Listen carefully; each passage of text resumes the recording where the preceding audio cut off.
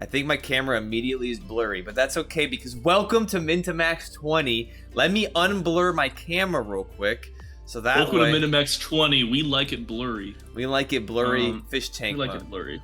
There we go. Okay, perfect. Welcome everybody. Welcome in this afternoon, evening. We will be doing our last Tavernside talks of 2023, and I think there's no better thing to do than to rework Ranger and make it not total dog shit. Wizards of the Coast, I'm looking at you, because you're Unearthed Arcana. What's left of them anyway?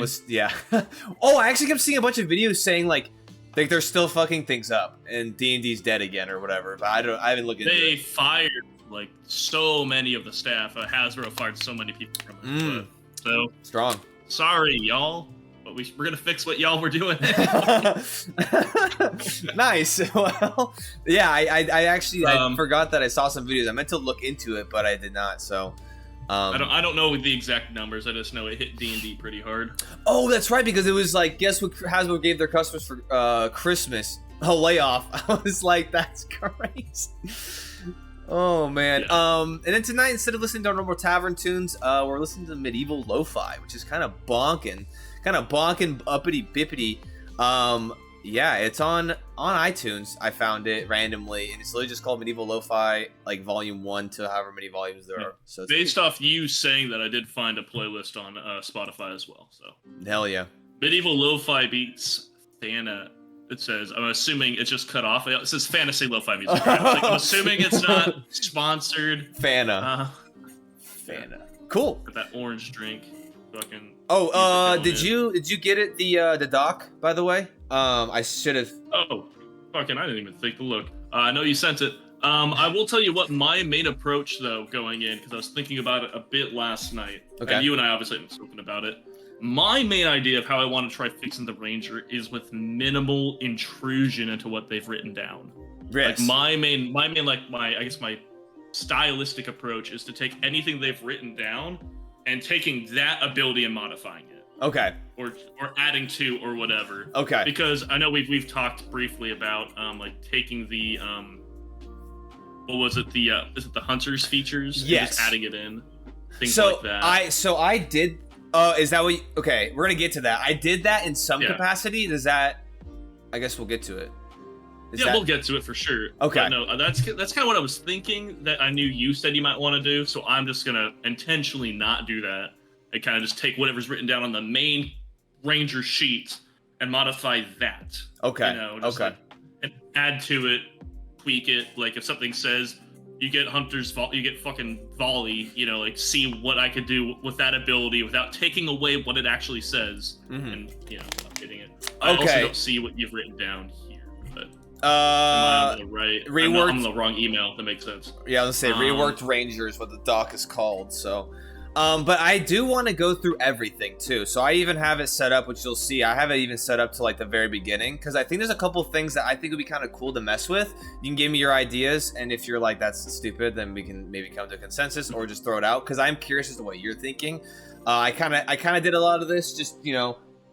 And then we can have two different versions too, you know, if like you're like, oh, sure. I like this, and then I like that, and we can do different things too. So, moral of the story is tonight we're making something better than the shit we have written down as of right now. So, okay.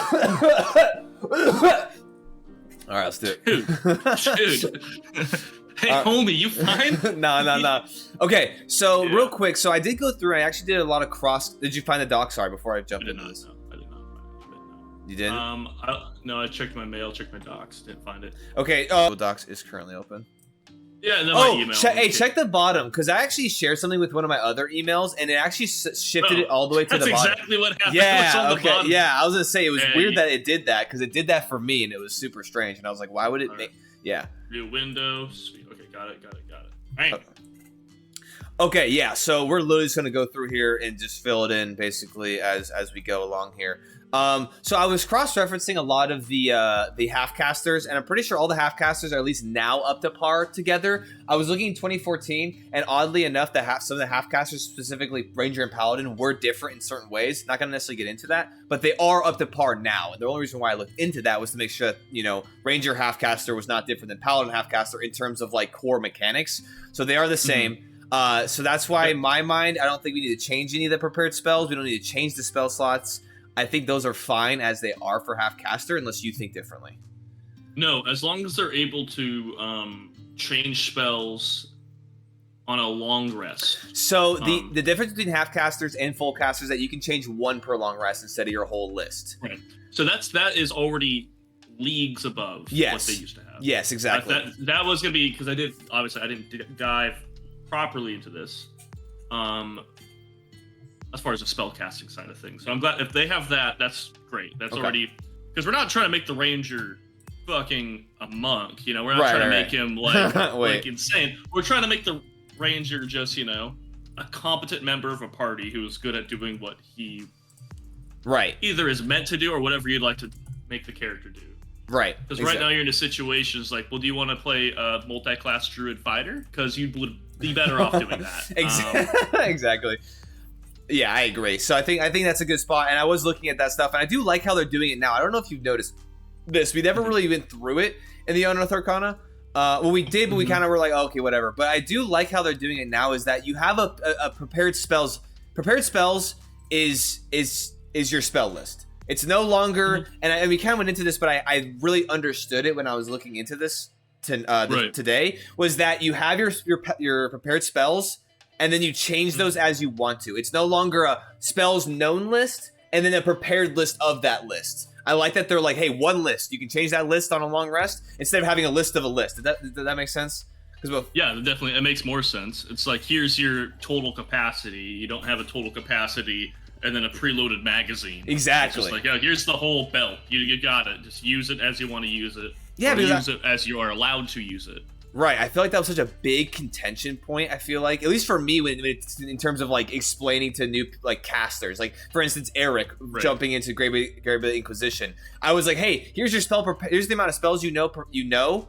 Here's how many you can have prepared. And when he sent me his sheet because he was out this last week, I noticed he cast a spell that wasn't on his prepared list. But I wasn't gonna like. It's like it's confusing. It's like if someone who's jumping into D&D and playing spellcasters for the first time, it's like, what? Like, why can't I access everything I have written down? So I like that they switched that. Yeah, because it just becomes a point of unnecessary complexity. Exactly. So no, I'm happy to see that.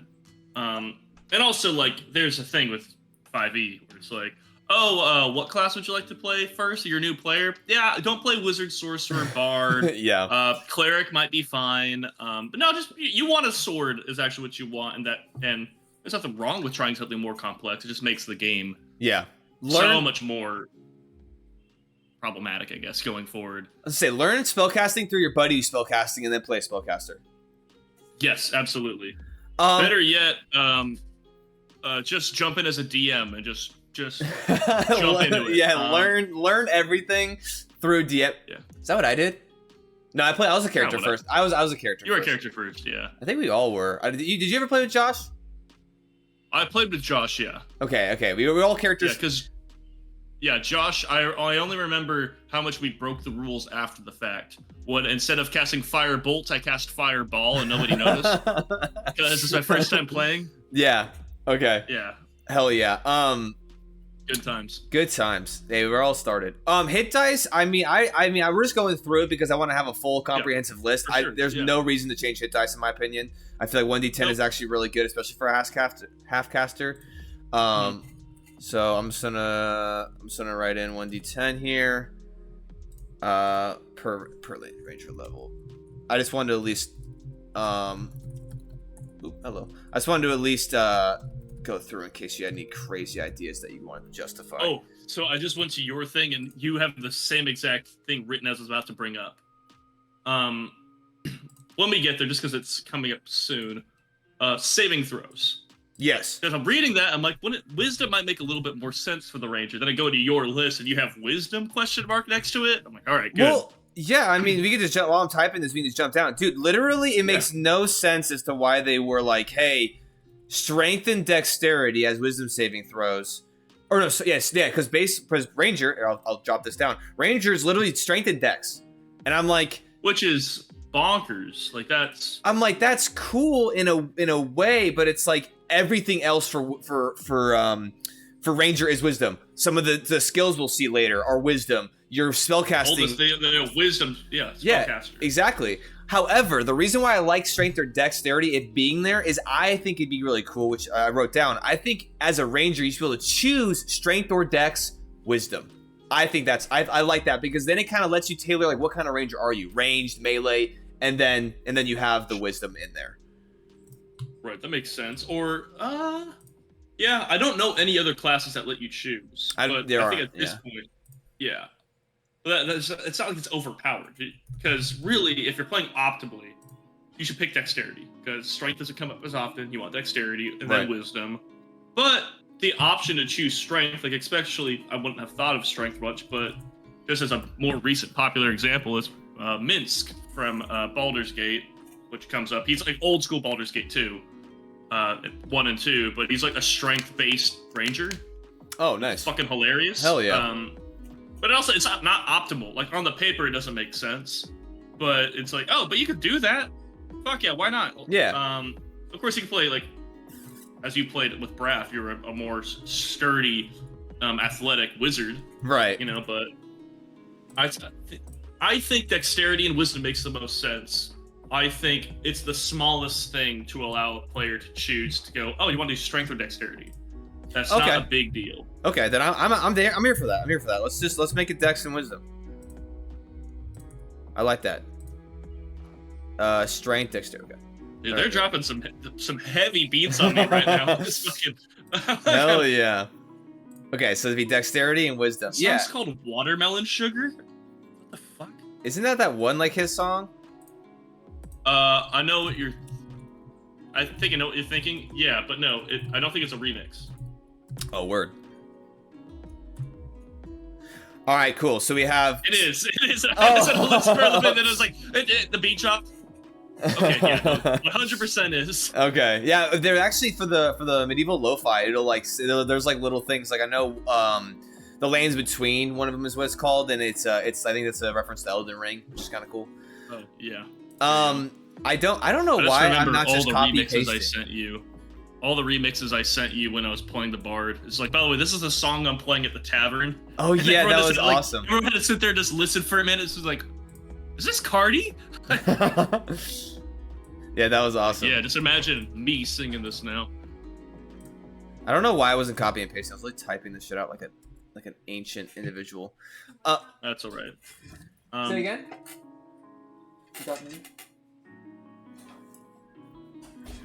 I don't know. Okay, so I don't see any reason. It's fine. I don't know. I said you talking to me, and then they say anything, and so whatever. No, you're fine. Armor and weapons, I don't see a reason to necessarily change those. I think that honestly, weapons being all of them is actually really good for a half caster. I don't know if Paladin's the same way. It probably is. I believe so. And then armor, I don't see why we would change that either. Skills with the choose 3 in that list, I think is pretty good.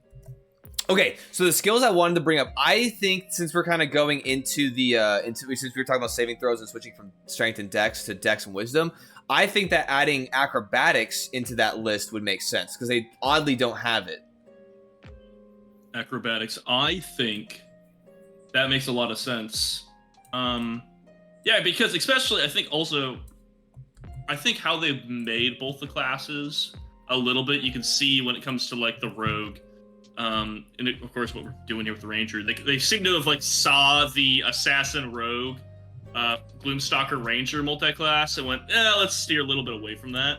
But I think adding like athletics here as a choice, Rangers are like, especially like I think everyone's most popular exposure to Rangers is Legolas. Yeah, who is famously very athletic as he surfs down ramparts on shields. Wait, hold on, wasn't Aragorn the Ranger? Yeah, but no one thinks about him like it's like you have to get into it to be like technically he's literally a ranger and he does ranger things. Yeah. But when you're watching the movie, he's swinging a sword real good and hard. You're like, fuck yeah. Yeah, I agree. And then one other thing I brought up too. So I think adding acrobatics to that list, and the reason why I even like going back to saving throws, why I wanted to give him an option. So I think more options in D&D is cool. That's why I think it's kind of cool because then at the very ground level of making your character, that's why I like the skills kind of options because it's like, hey, these are what a ranger is good out inherently, but then you can choose from that list to be specialized. Like here's like kind of a wide range, now narrow it. That's why I think adding acrobatics makes sense, because it's like, what if your character is not athletic, or is Right. more acrobatic than athletic? Why would you are forced to take athletics? I feel like they were really like in the Wizards of the Coast was like, okay, Ranger, they probably climb a lot of stuff, and climbing is athletics. Okay, that's it. And it's like, well, okay, what? So I think acrobatics there. Also, I feel like. Go ahead. No, you. No, please. No, No, all I was gonna say is I feel like that's kind of where I was at wondering, like looking to seeing strength and dexterity. I almost feel like there's like some version of the process when they make these classes where they put all of them on a different spreadsheets and list, and like, all right, how many of them have dexterity as a saving throw? How many of them have these skills as options? How many of them have wisdom as a saving throw? And there's a certain amount of them where it's like, this is too many, kind of have this, which it makes sense from like a point of balance. You don't want to have everybody be good at everything, but I do feel like the class that probably had the most things where they're like, too many things are overlapping. Well, the Ranger doesn't need this. Too many things are overlapping. Well, they don't need that. Yo, it feels like that. Hit the hardest by that. Yeah, I feel like that's actually true though, because I was thinking about that too. I'm like, because that's funny that you bring that up, because I was literally like, because I was like trying to like think of all the saving throws for different classes, and then I don't know which other one has dexterity. I know obviously Rogue does, but Rogue has dexterity and intelligence. So I don't know if that's sure Monk. You definitely know that they looked at Monk and said, "We need Dex Wisdom for them. Cut the range, cut him down." Yeah, slit his shit. Well, there's that too, because I'm pretty sure the Cleric, another Wisdom-based character, probably has Wisdom Strength, if I am not mistaken. Probably. I could look, but I don't feel like it. No, but you don't need to get into it. Also, the answer to that question does not influence what's happening. It's just more of just trivia. Well, and then to continue on here, I was also thinking we could, because Ranger doesn't have any tools, tool proficiencies, and I was thinking it'd be cool if we could add one. I think it'd be cool to have one of their choice. I think a Ranger, it has to definitely be like, if they're this kind of not cliche, but kind of if they're this cliche of kind of what's another word? If they're this thing that's supposed to be surviving on their own, and doing all these things, and the more stereotypical like Ranger, kind of mindset of like what this class is supposed to be, I think it makes sense that they'd be able to have at least one sort of tool set that they're good at. Because I was looking at I was looking at all of the artisan tools in the book, and like leather working is one. Here, let me turn so I don't. Leather working, tinkerers. Even like small things like cartographer, I think it'd be like a cool. That's exactly what I was. Cartographer was what immediately came to mind. Yeah, like stuff like that. So just things like that where I'm like, that make a lot of sense. So I think we should add into this one choice of artisans tools. I think I was gonna say, because my mind went cartography. Then when you said leatherworking, I'm like, this is kind of going back to what we were almost saying with saving throws, which is options are good. Yeah, because maybe you're a guy who's been living in the woods for 20 years. And leatherworking makes more sense, or maybe your ranger is like, he actually lives in the city, but he spends weeks at a time out there, on the king's behalf, maybe like hunting poachers or doing whatever. Maybe it's new lands, and cartography makes the most sense for him. Exactly. Like maybe like 3 or so options for tools might make a lot of sense. Yeah, is there anything for making traps? I can't remember artisan tools that would allow for. I think tinkerer's tools would probably. I mean, smith's tools if you're building with with like iron and stuff. I could think of. I was thinking something a lot simpler than that, but pretty much making like a pole string for like a small game. I think, I think it'd be within the realms of, because I know your background will give you sets of things like that too. So I'm just gonna put one choice of artisans tools. Yeah, you're right. Because I think base, like going into your class, I think it would make sense. And also because when we were reading Druid in Unearthed Arcana, I was a little surprised when I saw that they had herbalism kit base, and I just realized I didn't really I haven't, I guess, chosen a lot of classes that have tools as the base thing in their kit, or I just never looked. But I went to Monk and they literally have 2 tools, and I was like, yeah, we're giving Ranger some. Right, because I just went Paladin and had none. Obviously, Thieves have Thieves tools. But I think kind of the spirit, I think, of what we're trying to do here with Ranger, giving them an option is good, but not one. But they'll pick between these, Yeah. because I think we got the most excited. I know it came up with cleric. I can't remember what else it came up with. Where like you had the options in just the base class, like pick between these two polar abilities. Exactly. Like 3 is always good, but having even the simplest tools is a fun way to, especially at level 1, to kind of set your character on a trajectory. Yeah. Exactly, and I really like that. And are you thinking that? Do you want to give them the saving throw option, or do you want to baseline at Dex? I think baseline at Dex makes the most sense. Okay. Because you can still go strength, but as far as saving throws, I guess I'm looking. Once you brought up the point of acrobatics as part of like what makes sense to the ranger, I'm like, oh yeah, rangers are, especially like functionally in the party, are backline spellcaster. Like arrow support. Normally, you can play a melee ranger as the same way you can play a melee wizard. There's subclasses for that to make it happen. And I guess that's true though too, because I feel like in a way, it's like I feel like it would make more sense for consistency across like an average of rangers. They'd be better at evading things with dexterity, because these are saving throws. I'm thinking like class wide, but like these are saving throws. So like I would say consistently rangers have to be more dexterous than they would be strong. Like if you were to lean more into one category. So I think saving throws, hardlining dex, and wisdom makes sense for sure. Right. Okay. I agree with that. I was thinking, I was like, let's go through starting equipment. Then I was like, I don't actually give a shit about that, because generally we don't like our starting equipment. Literally is just like we talk to the DM and we start through things. So I'm not gonna sit here and write all that out per se. So other than that, I'm just reading through it really quick. Yeah. Go ahead.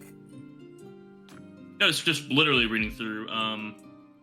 Longer short bow arrows, druidic focus, different options for blades, studded armor, 7 gold pieces. That's cool. That's fine. Nothing wrong with it.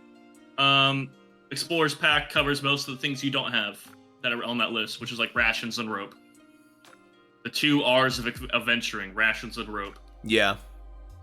The rationing your rope. Well, I kind of like this list though, because actually looking at it now, I'm realizing that this list, I like this list. It's a little bit more. I mean, this one's interesting. You start with the following equipment, or you can forgo it and spend 150 gold. I do almost like the simplicity here, because before it was like choose this or this, this or this, and then you have this, whatever it was. I kind of like that they're like, hey, real quick, easy startup, just take this if you want it, or 150 gold pieces you can spend. I like that it's kind of it's not like weird choices that are very hardlined. It's like, here's the base kit, or just buy whatever you want. You know what I'm saying? Like, because 2014, it's like scale mail or leather armor. It's like, those are your only choices. Whereas here, it's like, take this or buy your own. Like, who cares?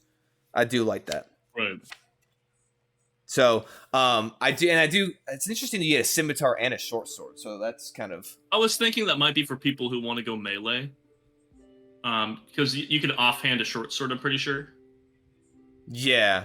Well, I just think it's interesting that they're like combined, because it says you start with the following equipment, so you would always get a scimitar and always a short sword. It's not like a short sword or a long sword. Yeah, it's interesting. I like that. There's the or between the longbow or short bow. Yeah, and that's why it's kind of interesting to me that they didn't say scimitar or short sword. But I wonder if the reason why they give you those is for weapon mastery. Are the rangers low key broken? Because you get the scimitar short sword. Oh, you're goated. I don't know, man. Your goat is. Maybe we're going about this wrong. Let's take away some shit. No, yeah, let's get rid of all their abilities. You only get your subclass abilities. That's it. All right. If I recall, even those were kind of dog shit. Oh no, they are. Okay, so I say we just read through all of these again. Yeah. So I'm gonna Deft Explorer, which if I recall, there wasn't a problem with. No, this is good. Yeah, you're Unsurpassed Explorer. Choose one of your proficiencies in a skill that appears on the Ranger skill list. You get expertise in that skill. In addition, choose 2 types of terrain instead of the normal 1 you had before, yada yada, or the Underdark. I like to add that as an option. You have an advantage on intelligence, nature checks about the chosen terrains, and you have an advantage on wisdom survival checks to track creatures in them. Whenever you finish a long rest, you can meditate or replace one of the chosen terrain types with a different one from the list. I like, and I believe you brought it up when we first read it, because the long rest to switch them can be seen as a lot, but I like it as far as like I feel like a lot of parties, especially my parties, if they're taking a side trip, just a one-day adventure in and out in a exotic location, we will be there for 15 sessions as we figure out how to overthrow the local government and also how to win at a baking competition. So, and winning at the baking competition is normally murder. But just that way, your ranger who isn't like, I'm good at forests and I'm good at mountains, and it's like we're in the desert, and he's like, well, fuck. Yeah. You know, it's like this is an option. It's like, okay, well now I'm familiarizing myself with the desert environment. You know.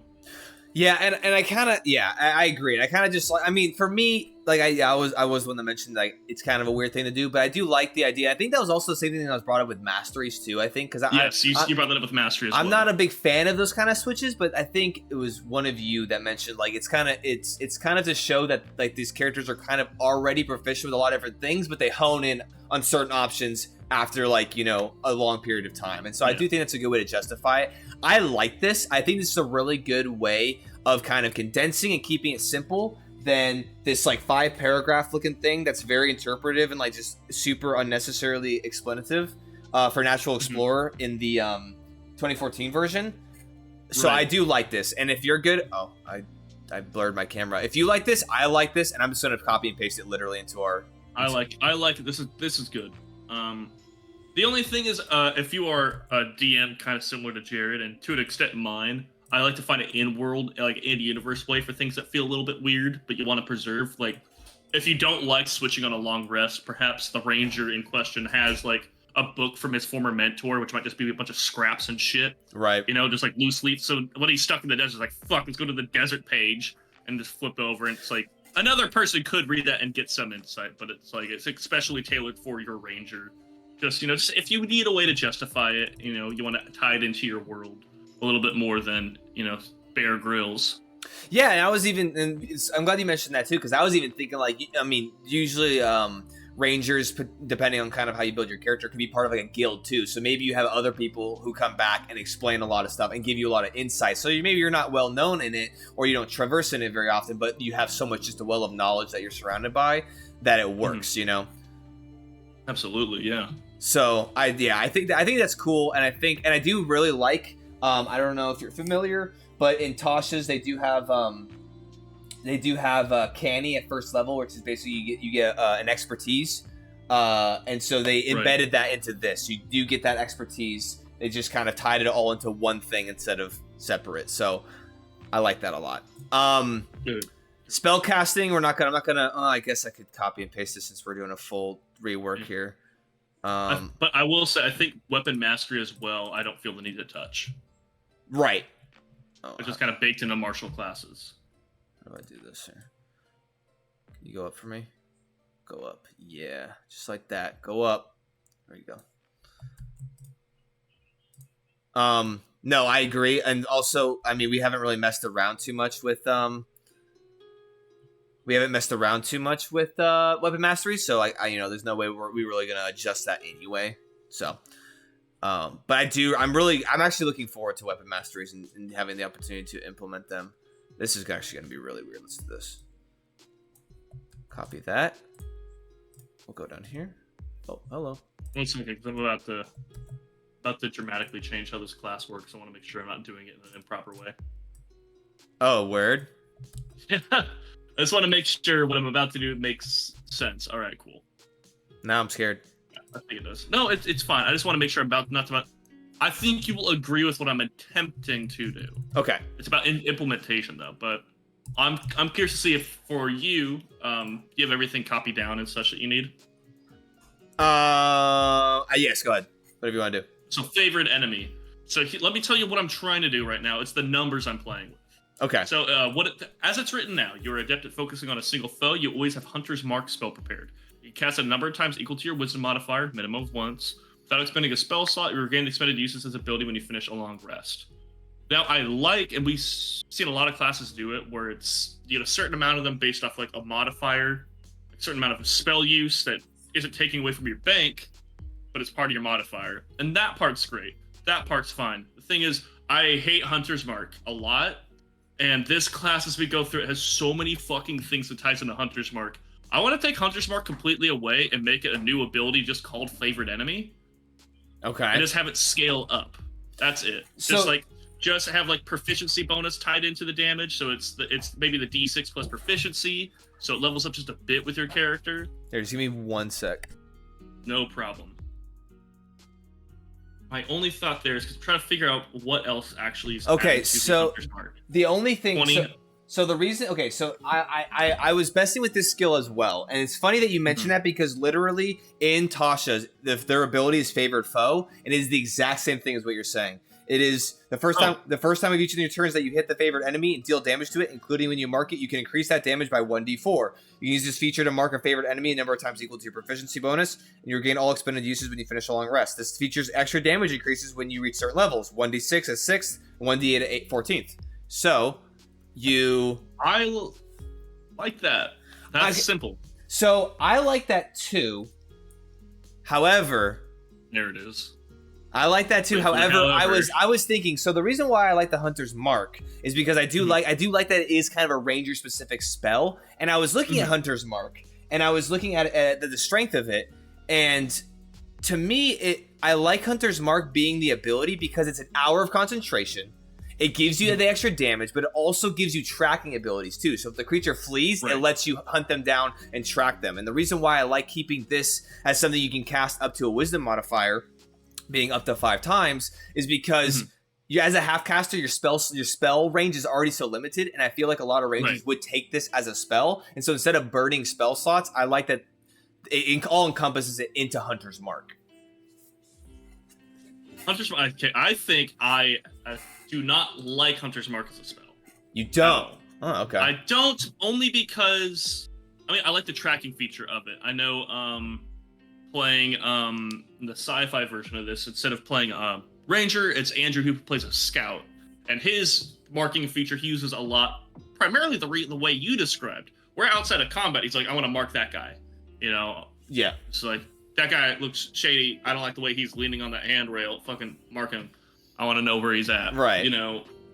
I like all those features of it, but I feel like Hunter's Mark can be used elsewhere. Because the thing is, I feel a little insane because I remember Hunter's Mark coming up multiple times. So far, I see it brought up at level 2. It actually wasn't brought up again. You mentioned it was brought up multiple times. Level 20. Yeah, exactly. It was only a couple different times. Maybe it was a subclass then. I think it was. Also, real quick, Fridge, welcome in. Thanks for coming in and hanging out with us. Welcome in. They say, I always found it a bit weird that Ranger's considered bad or weak since it's a half-caster with the ability to screw the action economy. I do feel like Ranger has a general lack of class identity, though. So, I can understand that in some way. I think... Can't. Well, no, actually, Connor has been burned too many times. I think Ranger... The reason why I wouldn't say Ranger inherently on its own as it stands alone is super weak. The reason why I say Ranger is weak is because it's the second you start comparing it to literally any other class, its power threshold is so far below that it almost makes it like not pointless to play, because you can always flavor it and make it your own. But I think that it's just off the power scale so much that it's like you're taking a hit just to play the class. That's why me and Connor are here trying to kind of bring it back up, because we're really excited for UA. This, the new UA, which is what we're looking through right now, to kind of bring it up to par. But there's literally 2 class features at 9th specifically and 17th level that literally are useless as fuck. And so that's why I was, and then you look at anything else that they overhauled, and it's what? And so it's really frustrating. Right. And then they also said the main issue is a lot of Ranger is you could just play Druid, and that's exactly right as well. Right. No. Because I remember we haven't ran this campaign yet, but we're making characters for the new continuation of the Frost Trail arc, and I wanted to make a character that, in my mind, fit best as a ranger for what I wanted that character to do. And the more I looked into what I wanted, I realized, in order to optimally play the class I want to play, it's actually so much better for me to just take a multi-class from another class entirely. Exactly. And it's just I like Ranger a lot, but sometimes you have to understand that you're also kind of shooting yourself in the foot a little bit. And that mainly comes to be in the later levels. Ranger is fine up until 5th level, and even a little bit past that. But once your buddies start swinging 3 times on a turn, or getting more rages, or casting fucking 5th level spells, the Ranger is still a guy with a bow. Exactly. And that's actually something when I was looking through all this, I was like, dude, honestly, the reworks that they've done for early Rangers pretty good. It's as soon as you get really honestly hit that 9th level of where you reconjure Barrage and you're like, what? And then you go look at 9th level, literally anything else, and you're like, oh, this is shit. Yeah. So what are we gonna do real quick on favorite enemy? Do you want to stick? So I thought about Go ahead. I thought about updating the Hunter's Mark spell a bit and changing it for something other than Hunter's Mark. If you feel like Hunter's Mark fits and it belongs there, this is not the biggest offense the class has. So that's totally fine leaving it as is. Like, Hunter's Mark, if we're being honest, you get Hunter's Mark up to your Wisdom modifier. That skill does grow as you upgrade your Wisdom modifier, you know? Right. So it's not the worst thing. It's fine. I'll put it in the notes, though. So I copy and pasted that. I think that one, I think it's good.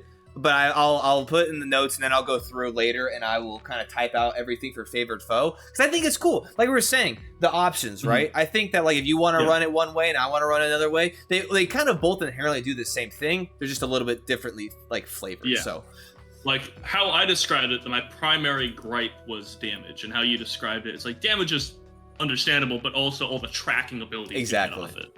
Yeah, I think I'm gonna address my gripe later down this list with damage. I think we're gonna address it as we go down. Yeah. Here, so also, Druid is the same into and nature vibe, but instead of being one of the weaker classes, it's the second strongest class in the game. Facts. For sure. And then, Ranger doesn't actually get anything at 9th level, do they? So in UA, they do. We're on the UA playtest 6. Yeah. We're on UA. That's what we're sorting through. Yeah, and we actually went through all of the playtests in earlier streams and went through everything, and so that's why we went through, we are aware of the 9th level stuff. But I'm pretty sure, actually, I have the book open. I'm pretty sure at 9th level, at 9th, 13th, and 17th, they did not have anything in 2014, and they brought it up a little bit. However, they added abilities that like other classes, the gaps that they had in features were they just added something crazy, and they made it, and it was cool flavor and everything. They're just in this, you'll see, you're just like, what is that? That's really nothing. And yeah, so, but let's continue on, shall we? For sure. Well, I just want to make sure I didn't. Okay, that's fine. Okay, I like it so far. Sorry, I just had to double check. Obviously, favorite enemy, we talked about that. Fighting style, I don't see a reason to change. I don't see anything to change until level 6 as even an option to change, unless you see something. So for fighting style, and this is only because fighting style, I would add Tasha's list, which adds to 2-weapon fighting. It adds blind fighting. Blind fighting is good. Blind fighting, druidic warrior. Which actually, Druidic Warrior as a fighting style is also super crazy for Ranger, and I actually had somebody who I had some some roommates that I ran through like a really low level arc. But he took Druidic Warrior, and Druidic Warrior for Ranger is actually a really good fighting style. I am completely unfamiliar, so if you don't mind, educating me on what literally, that is. All Druidic Warrior literally does is you learn 2 cantrips of your choice from the Druid spell list. I won't get in. Then it just gives you, use your wisdom modifier, blah blah. But though that is so good for a half caster to just even get cantrips because they don't, and so to have that be your fighting style and give you that infinite well of spells is actually really good. I think it kind of helps if you want to make your ranger a little bit more lean into those spells. It's a really good kind of step up to choose. Yeah, and even off the top of my head, just a fun thing you can do with that character is not carry a sword. And if somebody's closing the gap on you, you cast Shillelagh on your fucking bow and beat ass. Hell yeah. Like that's fun. Oh, and then they said, never mind, 9th level Ranger in 5e gets level 3 spells. Yeah, exactly. In 2014, far out, dude. Yeah, in 2014, level 3 spells are good unless you're a Ranger. But it's like, that's a big thing, and I don't know how familiar you are, Fridge, with the updates and all the UA, but they really did shy away from the whole but spell slots and spell levels are your features. It's like, no, man, add something, make it, give some more depth to these characters, and they have done that, I would say, consistently. The only reason why we're here in the workshop building this is because they neglected the shit out of our boy. All right, cool. So I think fighting style, easy. Just wanted to add those. Okay, so so I noticed that they actually so in Tasha's Cauldron, that book, at 2nd level, it says spellcasting focus, and basically it just explains that as a ranger, you can use a druidic focus as your spell. And I find that interesting that it didn't list that in the the UA, but at the starting equipment, you do get a druidic focus. So it was kind of roped in there without actually going as a full feature. So I'm not going to add that directly, but I do like that they added that in. I just didn't notice that, so that's pretty cool. Oh, for sure. Now that go ahead. Yeah, I was just gonna say, because I did say level 6 is the only thing we have an option of even changing, really, because we have subclasses at 3rd, 4th level ability score improvement. Connor, I have many. Are you jumping? All I'm saying is, from what I've read, subclasses at 3rd, 4th level ability score, 5th level extra attack. Those are all pretty bog standard. Oh, congratulations, there are martial things. Yes, correct. So I actually. Do you want to add anything there? Yeah, right. Okay, I see. Yeah, I got you. Yeah, I don't want to change any of those things because I think that they're all good. However, 3rd level in Tasha's, they have primal awareness, which is basically you focus your awareness through the interconnections of nature. You learn additional spells when you reach certain levels. You can cast each of these. You can cast each of these spells once without expending a spell slot. And the spell list for this is 3rd level. You get speak with animals. 5th is Beast Sense, 9th is Speak with Plants, 13th is Locate Creature, and 17th is Commune with Nature. I really like that. That's cool. I really like that. However, especially since they're unoptimal. Just before you say anything, I like the spells it has because I would never pick them as a fucking ranger. Yeah. So it's like, you have them, they're in your bank, you can use them if you need. Because if I walked up and was like, there's blood on the fucking plant from the murder last night, but I can't talk to plants, I would never take that spell. Well, now you might have that spell equipped. Yeah, and I agree, and I think that's kind of where I think it's really cool. I would say though, I would maybe adjust that list only a little bit, just depending on what you depending on some certain things. Like I wouldn't keep it necessarily as like you could, but I mean maybe we would adjust it. I'm not gonna obviously do that right now. I just think though that's a really cool feature. I did look at Druid and see if they had anything kind of like that. They don't necessarily, but Druid also is a full caster. You can have a billion more spells, you have a billion more slots you can burn, so if you really wanted to lean into that, it already has that option, whereas being a half caster, it's like, no, I'm not going to waste one of my 2 prepared spells for Speak with Plants, like you were saying. Like, there's no point of doing that. Right. That's the big thing, especially as we get further down here. Well, that's going to keep coming up. Where the max amount of spells you get to have at level 20 is 2 5th, 3 4th, 3 3rd, 3 2nd, and 4 firsts. Right. So, good, I guess. I just had to reread some of these spells to get myself mad again. Do you wanna you like that though? You think we should have primal awareness to the?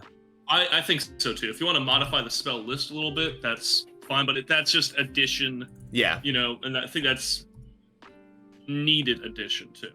Right. I'm going to go ahead and write here real quick a little note. I'm going to put primal awareness.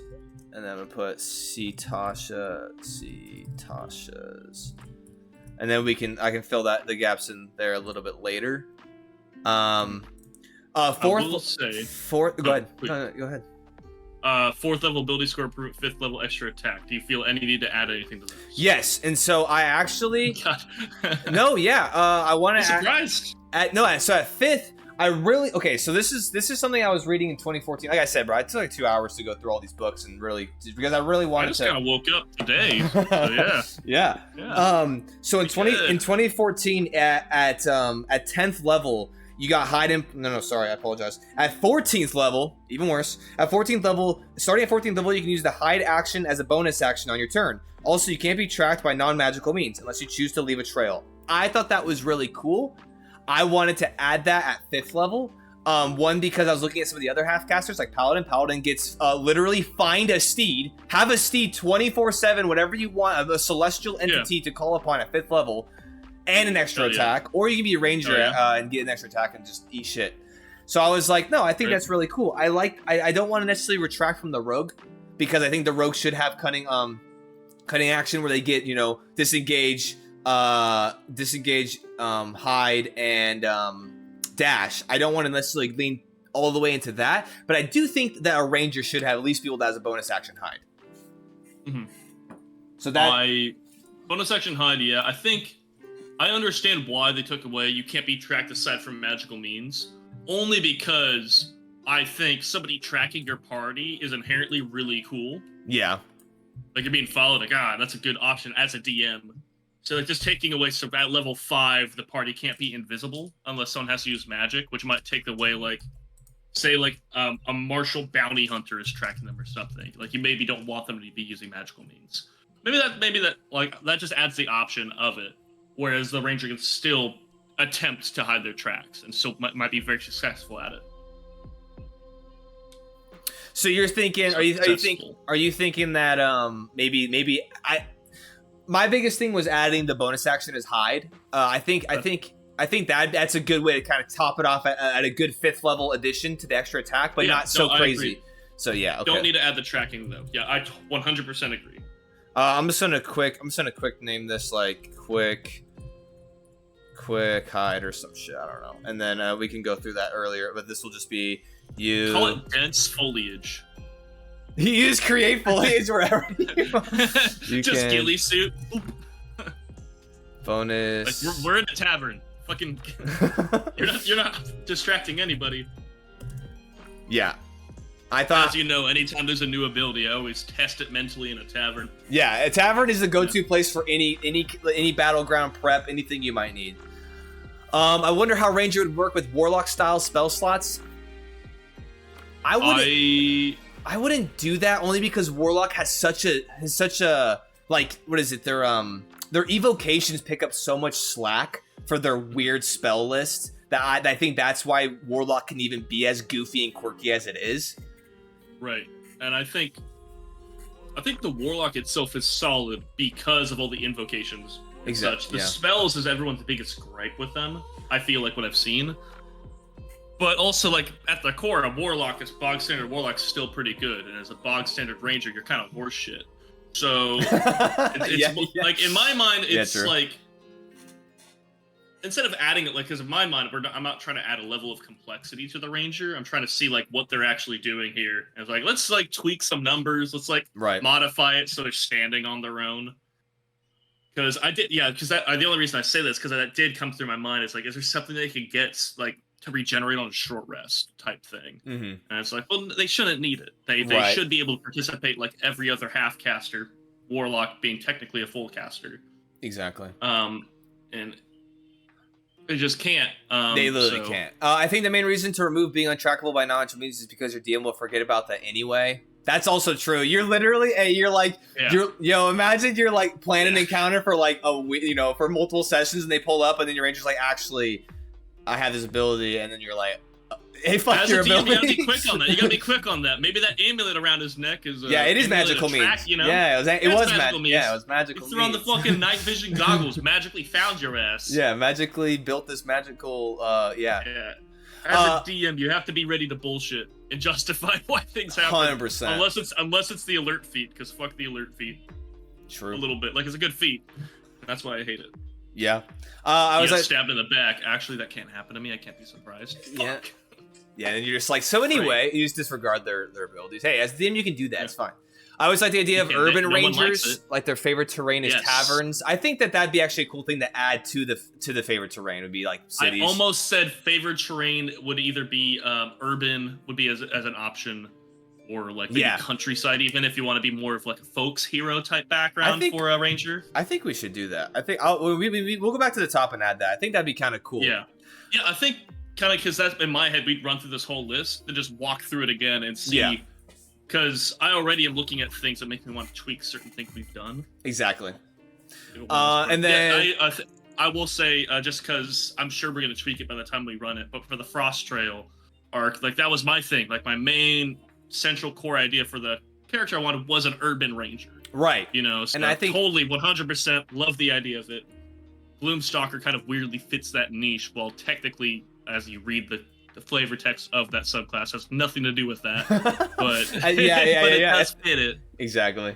And then being attractable by non-magical means like passive perception, the Yeti will sneak up on you regardless. If you bring up passive perception, some of the Yetis are ninja Yetis. Literally, exactly. You just gotta make some shit. As a DM, you're just you gotta be improv. You gotta be like, actually, I didn't totally forget about your ability. I just thought a way around it, and you just make some shit up right then. You also sometimes you do gotta be like, shit. You got. That's also true. That's fun for the players too. Dude, like this whole thing operates around them. That's like, actually I have this ability that would make that not happen. He's like, you guys travel safely through the fucking canyon pass, and nothing fascinating happens. Dude, Great Blade Inquisition, literally, Corey cast silence in the big ass room of an encounter of where like passive perception was a thing on this creature, and then he did not one mess something up on some stealth thing, and I was like, oh, you hear this, but they're like, actually, we don't hear that because silence is in the middle of the room, and I was like, anyway, you're good. Continue on. So you just got to tell me. Just to highlight something else, a character that fucked me over so good. In the Star Wars, the sci-fi campaign, they were on a derelict ship, kind of exploring it, and there was zero gravity as they're moving through, and they like can't really hear, but they can like see the vibrations of all these like robotic critters. And then one of the characters goes, "Oh, I have this handy spell I never use called invisibility from cameras. Would that work for the robot's optics?" And I'm like, fuck. Oh, probably. Yeah, probably it would. So they just like did that, and then they just floated to the center of the hallway because they're all there's I described them as small little robots that are scurrying around all over the ground and ceiling. Like, we'll just hover. Oh, like, we don't care. So all the robots just ran past them. They can't hear shit. It's zero gravity. There's no atmosphere. All right, and then so the cameras. Like, all right. Damn. All right, well, you floated by an encounter, fuckers. Congratulations. The best part about that is when you save 4 hours off a session because you're like, oh, okay, they just did that so much faster. Right. Than I thought. I mean, you gotta appreciate it because as a player, that's fun. Yeah. As a DM, you're just kind of like, all right, well, tear that page in half. Yeah, okay. exactly. I can't wait till we have the arc wrap up for Great Blade Inquisition until I'm gonna tell them so much shit because they literally circumvented one encounter into the next encounter, just circumvented it again. And then the session was like an hour shorter than I thought it was gonna. Well, I thought it was because I was telling them I was like, we could have maybe 1 to 3 or maybe 4 sessions more, and then them doing what they did last session. I'm like, yeah, our last episode will be next session. So last session this happened? No, not last session. So like from the last session we just had, from there it could have been like a couple more, but the way they went and navigated everything, literally this Saturday we're gonna be finishing it because they just bypassed sounds like things. The polar opposite of what happened with our last arc. It's like, you guys might be ready next week. That's like 3 weeks later. It's like, fuck, we got 2 more. Hell yeah. I do like the idea of urban rangers, but it feels a bit like you could just play rogue. That's a good point though too. No, I agree. I think the biggest thing for me and the big difference it gets for me mentally is rogues are like thieves, and that's what was a lot of fun reading the subclasses they have here. Is there's like not quite a treasure hunter, but there was a more magical item based rogue that like I think played the thief kind of like dead dungeon delver bit like in a really cool way. Yeah. And in my mind, the ranger is more of like either like truly either a bounty hunter type, maybe in an urban environment, or certainly so like more of like investigating. I think rangers, as they're written, as all their spells are nature based, but depending, like maybe your city is very in one with nature. You know, maybe it's a wood elf type environment. You know. Yeah, and I think there's an argument to be made. I think it is world based though. Yeah, and I agree. And then being inquisitive rogue does feel very ranger style. Yeah, I think there's room for both, and we can kind of highlight that. We can maybe touch back on that and see if we want to add it in. But let's keep chugging along here. So we hit 5th level. They can now adding bonus action hide. I think that's a good, just little tiny bit of flavor. Makes sense. 6. Don't want to change roving. That. I really like roving. Your speed increases by 10 feet while you aren't wearing heavy armor. You also have a climb speed and a swim speed equal to your speed. I really like that. I think it gives Ranger a very interesting just movement set. I think that's very unique because I don't think any other class, probably monk, but whatever, we don't talk about that. Most classes will not give you anything that like adds at least a climb speed or a swim speed. So I think that, actually, I don't think none will give you a swim speed. So that's really cool. And then I do like that they took that. Yeah. They took that from Tasha's and they literally just spread it into the class, and that's dope. So we're gonna go ahead and add that in there. No issues. I like that. Just to elaborate on that a little bit, because swim speed's all that reminded me of it. Because I just went like, they're kind of a bounty hunter detective type, but I kind of forgot about the whole other, in my mind, inspiration for Ranger is kind of like special forces type vibe a little bit from him. It's like a lot of it's surviving in a forced environment, but like just reading swim speed, it's just like, these guys are just units. They're getting wherever they're gonna get. Yeah, exactly. It just they can climb. Like, just looking across a gap, it's like, oh, what's my modifier for swim speed? I don't know if we can get across this. So the Ranger's just like, I got this. just dives in. Yeah, while because the monk runs along the water like a fucking dickhead. yeah, I like, and that's the big difference I do like about this is that a climb and a swim speed is like you don't need to roll anything. It's not a weird mod check. It's just you do that. Like you want to climb up, that is your speed, that's your movement. You can do it because you're proficient. You do it quickly too with that +10, especially depending on what race you're playing as. Exactly. What your species is. You might be fucking hauling ass, and it might be pissing me off, but because. Yeah, I like that a lot. I like it though. I like that. 7th subclass, 8th ability score. Is there anything you want to add to those before we get to 9th? Which I'm sure we'll both have exceptions with. Nope. 9th is gonna be. I'm just gonna copy and paste these real quick though because they are good to go. We'll just slide those in there. Okay. We are here. Conjure Barrage. Shoot me in the face. What? Okay. I have an idea, but I do want to hear yours first, Connor.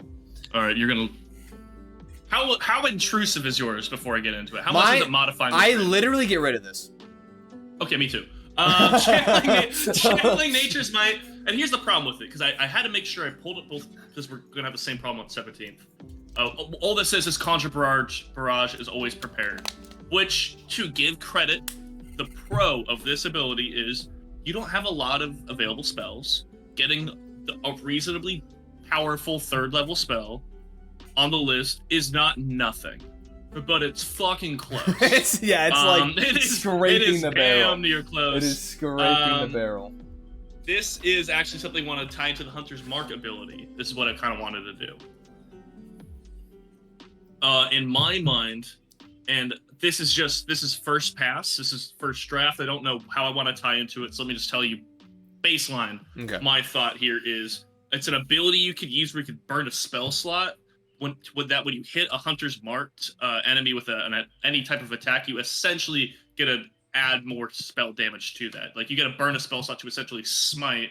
Not like you get to dump as many points as you want into it. Not that you get a new spell slot, but you get to combo your Hunter's Mark, something like a precise shot or something. Or, like just something where you're putting a little bit of natural, like you're putting like a spell effect on that arrow, hitting your marked target, and you're adding more damage to it. The only reason being for that is you can use it in conjunction with your Hunter's Mark without changing Hunter's Mark. You're doubling down on what I feel like is a large part of the Ranger's focus, which is largely single target damage. Like, not in the same extent as a rogue, but like you're able to put a little bit more damage on that guy, a little bit more on that guy there. Like, fuck that guy in the room, and when he's dead, fuck that guy in the room. Okay. Yeah. But at the same time, it's like, well, burning spell slots, I don't know the damage level that I'd like for that, but I don't want it to at any point interfere with smite or interfere with sneak attack. I don't want to be competitors to those. Just like, oh, here's the Ranger's option to use this, where it might be more optimal depending on the situation to actually just use Conjure Barrage. But now the Ranger could just choose to fucking have Conjure Barrage. Like, they probably would anyway. Right. Okay. So actually, in a way, my resolve to this is actually in a way, and it actually boils into what I've already mentioned, where my plan is to I like where you're going with that, and I mean, well, depending on how this pans, it might just solve the problem. But instead of reworking this, I scrap this shit literally in its entirety. Conjure Barrage can blow me. If you want that ability, you can literally take that, or that spell, take it. And by the way, Conjure Barrage, just as we're reading it, each creature in a 60-foot cone must make a dexterity 3d8 damage on a failed save. It's not bad, it's just not great. At the 3rd level, 3d8 is pretty fucking low. Yeah. A 60-foot cone's a lot harder to use than, like a radius for like a fireball. But it's also not nothing. If you're firing at goblins, you might shred a bunch of fucking goblins. It's true. Right? So it's useful. It's true. But it's not useful in the way that at this level, and like one of your key abilities at 9th level, which is, by the way, the level they get access to 3rd level spells. Right. That's like, oh, you get this one for free. Like, do I get to cast it for free? It's like, go fuck yourself. Absolutely not. You get it for free. You still gotta spend coin to use that. But I'm curious to see what is your solution then for scrapping it. In this same Unearthed Arcana, you can literally scroll down to page 47 under Hunter. The hunter subclass. Literally, all I would like to do is you just go at 3rd level, you get hunter's prey. I'm just gonna take hunter's prey and slap it at the 9th level, and you literally get what you want, you know, a little bit. Where Colossus Slayer, you just deal extra damage. Boom. That's my favorite. If that's what you want to take, you can do that. Or Horde Breaker, and they actually Horde Breaker once in each of your turns when you make an attack with a weapon, you can make another attack with the same weapon against a different creature that's within 5 feet of the original target. That is within the weapon's range, and that you haven't attacked this turn. You know, pretty good. There's some stipulations to that which I like. You can't just wail on one creature. You know, it makes it so you can have a little bit of diversity in attacks. Or Retaliator, immediately after a creature within 5 feet of you attacks you, you can use your reaction to make one attack with a weapon against that creature, whether it hit or not. The first two are pretty much the same from 2014. However, Giant Killer was renamed. So instead of Retaliator was once Giant Killer, and Giant Killer was basically it was grounded in the fact that it had to be larger. Now you can just do it regardless. The reason why I really like this ability or these is that, one, it gives you options. This allows you to kind of flavor how you want your ranger, you want your ranger to be. You know, single port damage, right? Colossus Slayer, kind of like what Connor was talking about. Horde Breaker lets you kind of get maybe you know, it lets you kind of sling more arrows or more attacks, whatever it is. Or Retaliator is just a good defensive ability anyway. You know, you can get something off you. Now, before you ask anybody in the chat or the universe or whatever it is, or Connor. Or me. Yeah, Connor, what about Hunter? What about the subclass? Fuck the Hunter subclass. I would rather rip this subclass and embed it and make the overall class better than keep this one. Because in my opinion, this just gives you more options without having to waste your entire subclass on Hunter. And you can now choose a different subclass and enjoy something completely new instead of maybe crutching down to Hunter. I actually did. I did something very similar to this with Fighter in my home games. I took Fighter, Battlemaster, all the maneuvers. You don't even take that class. Don't take that subclass in my homebrew because I just give all of Fighter's base maneuvers anyway. I did it with Barbarian too because that was one. Marshals were lacking kind of diversity. Thankfully, with the new UA, they're adding a lot of options and stuff. And with Weapon Mastery, helps exactly. But I still just think that like. Fighter and Barbarians, man, like those are some top tier martial classes that like it just makes sense that they would have, you know, some sort of like maneuvers or abilities that they could use with their martial kind of weaponry. So what do you think? Right. I think, of course, for me, as I was trying to say, like my approach isn't going into another subclass, but I knew we already talked about this a little bit initially, so I knew you were going to. I like that. I think because for me, my mentality was Conjure Barrage and then level 17 Conjure Volley. Conjure Volley was going to be a step up from the level 9 to the level 17. I was going to take that and add either another die, depending on how that plays out. But I love those abilities. That was like the best part of playing the Ranger in 5e because I took Hunter because Beastmaster was not good and there was no availability of... When I was playing it, there was no... Gloomstalker, there was no Plane Shifter. Right. The good subclasses. You know, the better ones now. Yeah, or at least fun ones. But no, Colossus Slayer was awesome. I remember at one point when we were playing, it was when Eric, like during the final fight we had in our campaign, when it was, you know, Andrew was there, Eric was there, Todd was there, I was there, Corey was there, all running into this orc encampment, and Eric gets in there first and like spills hot water on the fucking boss, and he's like, and I get a line on him, and I remember it's like, hey, hot water was spilled on him. Technically, did he take damage? They're like, well, he got hurt a little bit. It's like, I need to know HP-wise, did he take a hit? You're like, you might have lost 1 or 2. I'm like, cool, Colossus Slayer then. Now I got Hell yeah. Yeah, like sometimes you got to have those conversations without leading in too much. But that was the one fun part of it. And also in that campaign, I had favorite enemy in 5e that got a +2 to damage, you know. And numbers matter, like especially when you're playing a character that you want to not necessarily shine, but you want to be competent in combat.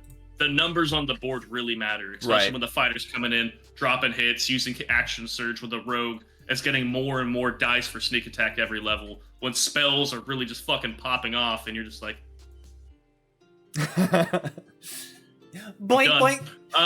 Yeah. Well, so getting more numbers on the board when you're firing that arrow, or with different spells you have, those finding more unique ways to change combat is always really good. Right. So I think, honestly, to make things simple, Hunter's Prey is good. Just port that 1-to-1 makes total sense to me.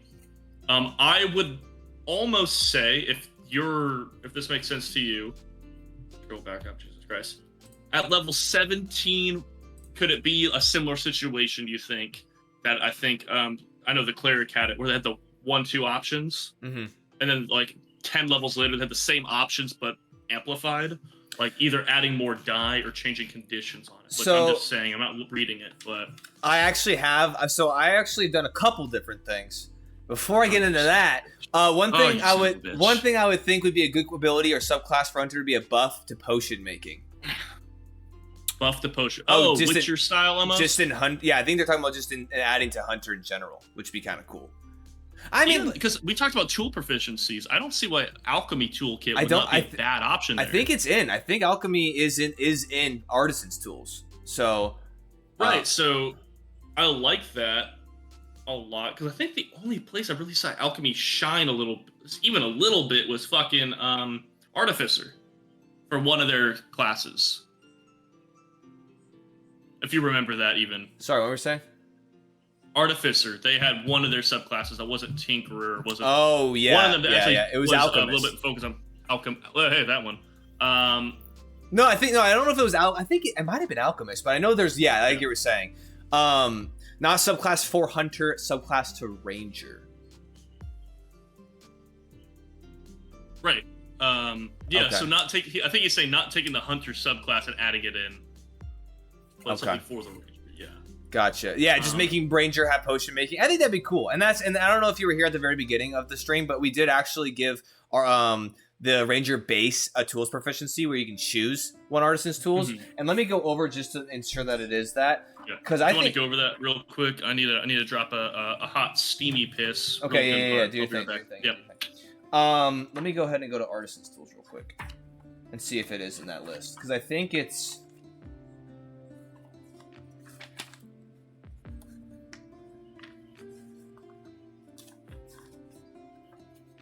Yeah, alchemist supplies are an artisan's tools. An ability to give Ranger a bonus to rolls finding potion ingredients in the wild, as well as add your proficiency bonus to the healing of your potion. Yeah, I agree. No, I think that'd be really cool. I think that'd be pretty dope, and I think that we could even maybe do that.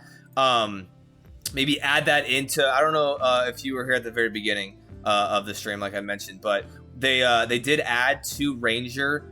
They made it kind of a cool Deft Explorer, where basically you choose 2 types of terrain: Arctic, coast, desert, forest, grasslands, mountain, swamp, or the Underdark. You have advantage on intelligence nature checks about the chosen terrains.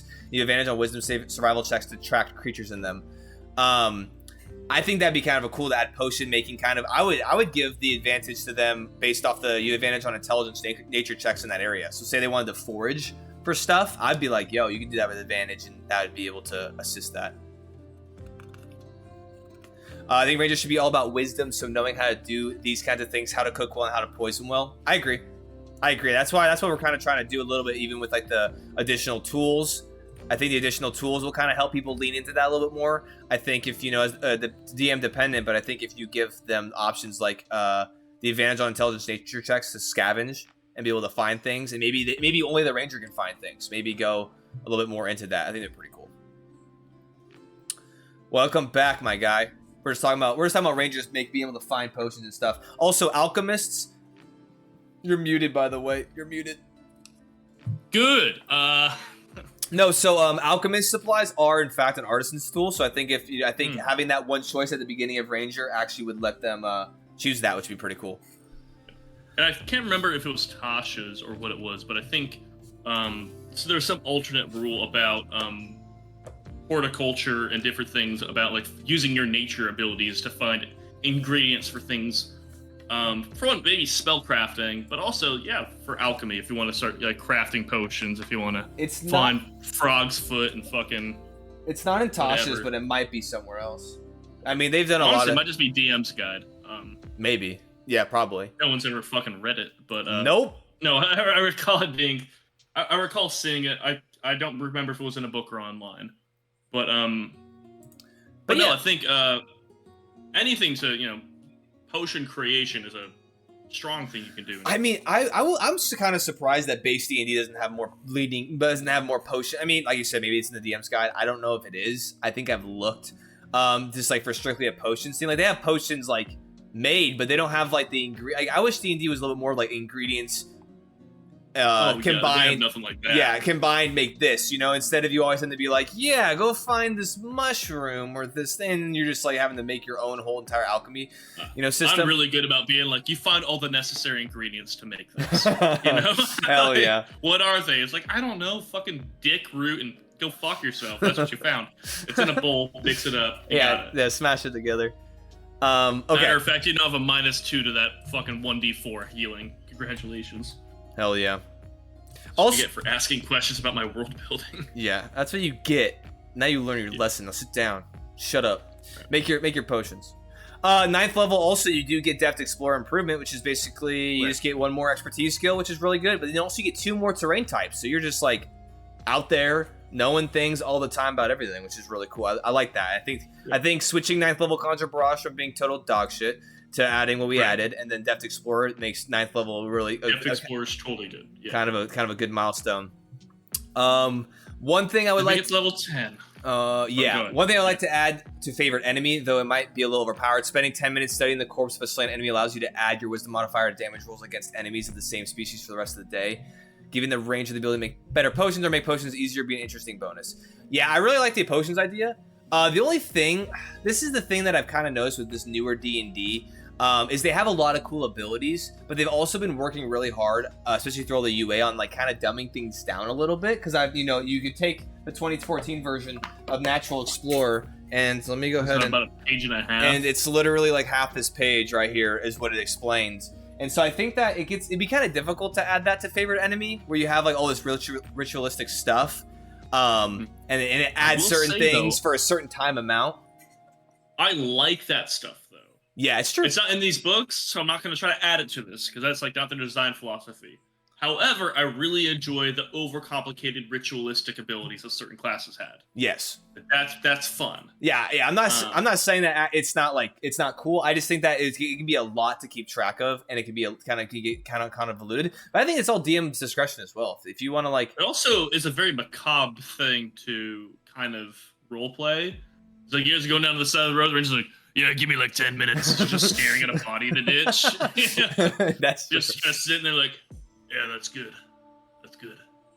It's like, all right, we're ready to go. It's like, I need 8 more minutes. Yeah, it's like the wizard when they're like, yo, I need 10 for my ritual casting of Identify. And you're like, oh, fucking okay, dude. We'll just, I guess, twiddle our thumbs. All right. Well, now the ranger has something to do while he's casting Identify. Hey, word. All right, 10th level, Tireless. I hate it. You hate it? I like it, Dude, and I fucking hate it. I like it only because it incorporates the Tasha's Deft Explorer kind of thing. It adds something that was not there previously. I actually want to. My fix or my little like tweak for this would be, instead of 1d8, it's 1d10, because then it's at least consistent with hit dice. Sure. And that's all I really did to change that. What do you hate about it, and what are you thinking? The temporary hit point thing is fine. Like, it's not good, it's just fine. I remember originally reading Decreased Exhaustion, and I think I was still kind of in the denial phase of this process. I'd be like, it's thematic at least. It's not a lot, but it's something. But now I feel like the Ranger is very much in damage control. And part of that is, like, exhaustion, for one, is a core feature of the fucking game. Mm-hmm. And it mostly is predicated on, like, you did not sleep that night. So, really, like oh, you can take a short rest to get rid of that. Cool. But outside of that, like, our exhaustion does not come up that often. Unless very specific creatures are attacking you. Right. And they use their abilities, then you might be taking points of exhaustion. But I think the decreased exhaustion could be completely done away with, and you could add a whole new fucking thing in right there. Okay. Yeah, I kind of like that. I think the temporary hit points is pretty good, especially since you can do it up to 5 times. Do you like the D10 instead of the D8? Yeah, that feels better. A second. Let's finish a long rest. Yeah, that's totally fine. Again, we talked about things being based off your main stat modifiers, like wisdom modifier in this case. Really cool, because you have some influence over it. You can increase a lot of abilities for your classes, not even Ranger, but other classes, by just upgrading your spell casting modifier. You're going to hit more often, you're getting more uses out of, in this case, Hunter's Mark and Tireless, both two really decent things. Exactly. I like that idea though. I like that idea. I think Tireless is pretty good. I mean, it's like free healing, but I do think that you could get rid of the decreased exhaustion. I mean, so I like the decreased exhaustion. I thought it was a very unique thing. I think it could shine and make you kind of stand out but that's the big if of, is this relevant? Because exhaustion is not a very big mechanic. It is so singular and it's so unique that it will never come up. Right. That's what I feel like is happening. Like I feel like in very specific campaigns, like the Frost Trail we played on, when you're taking cold damage, you might be taking points of exhaustion, and this particular ability would be pretty good. Right. I can't even say really good, just pretty okay, because it's a short rest to make it go away. You have to take some time to do it. But pretty good. But that's a very specific situation, and I feel like most people dungeon delving or going on and hunting these grand monsters or trying to stop an army and all that, exhaustion is not coming up as often in I feel like in most games. Ooh, what if? But it's good. It's 10th level though, so what if we kept decreased exhaustion and maybe added a third thing, like a small third thing?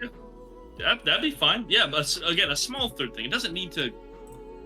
We don't need to add. It's like every time you hit a guy with a weapon, they fucking explode. Right. But we could. No, I think Claymore to Claymore. It just has a bunch of improvised explosives on the end of a stick. I like the decreased exhaustion. I think for it to stop there is kind of unnecessary. I think that, like you're saying, I like this idea. I like this ability only because it kind of plays into that like Ranger. You've traversed so much. You have your ability to trudge on even though you might be exhausted or you might have been traveling for a long time. I like that it kind of plays into that of like, no, like your body, you're more built for this. But I do think that at 10th level, that being kind of, halfway to max level in D&D, I think it should give you something a little bit more. Right. One second. I'm trying to make sure I'm not about to suggest anything super overpowered. Okay, while you do that, so actually, no, not for the rest of the day until you use this ability again, make it less abusable. Like study, remember the anatomy of the creature for a damage bonus. Kind of like, so that's where the point where the skull meets the spine in wolves. Oh, hold on. Perhaps the most macabre thing about that feature is that it would also work on humanoids. Decreased exhaustion could be very powerful in any moment when exhaustion is the credible threat, which is almost never. Yeah, and that's the deal. We got just like poking at something, just it's dead. Well, I do like the idea that you presented though, Fridge. I do like that. I think that'd be cool if there was something to be added to where like you can examine a bot or like a creature or a human. I don't know, human. Yeah, a person. Yeah, you examine them. No, but you examine like an odd creature to kind of learn some of its weaknesses and stuff like that. That's where I kind of actually played within my mind, bringing back Favored Enemy from 2014, where you chose a creature type and you had certain benefits against that, but it was just so convoluted. And I kind of like how they have it now, where it's just like you get Hunter's Mark base and you just do it with everything. But I thought Favored Enemy was kind of cool, and maybe that's a way we can bring it back. Is maybe you do stuff like that, and then, or maybe you could do something like that with a certain enemy type that you're familiar with, and maybe get something. I think that'd be kind of cool. Right. I feel like almost that ability ties into a theoretically updated Hunter subclass. Right. Yeah, I feel like that ability. Yeah, because I mean, just taking the Hunter truly and kind of leaning into the hunting side of it a little bit. It's like staring at a corpse. And for one, I think you can almost have an option depending on how you're playing the character. And like maybe it's a choice whenever you're doing it. Are you trying to get knowledge on what's dead or what killed it?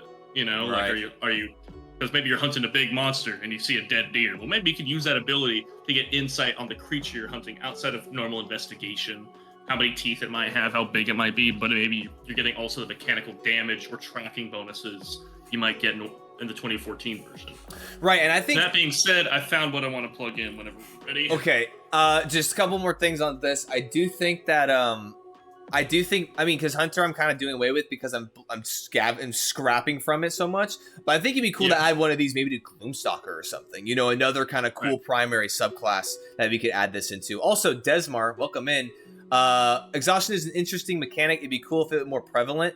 And it's funny that you mentioned that because I've actually been trying to rework exhaustion. Like I reworked poison in this last arc that I've been running, and to make it more of a cumulative thing, because I think that exhaustion should be the same. I think that there should be more tiers of exhaustion so that you can start to add it more into your tiers of play. I think exhaustion should be way more prevalent than just, oh, I didn't sleep, today, so I'm exhausted. It's like, no, I think that like depending on the strain of certain things, then it should give you exhaustion. I think there should be more levels so that it's not such a drastic hit, but it is cumulative, and the effects start to build upon one another.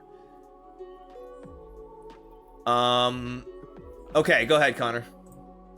Oh, all I was gonna say is just I went to the hunter and pulled something out. Okay. Which is just level 11 superior hunter's prey. All it does is you gain another feature option of your choice from the hunter's prey feature. So there's Colossus, there's Hordebreaker, there's Retaliator. Maybe just grab another one here just at your base level 10th. Like that is a pretty significant upgrade, but unless you have another idea of where you're going to plug it in here. So I actually the main class. So to kind of jump down a little bit. Okay, here, hold on. Let me look. Okay, so level 11.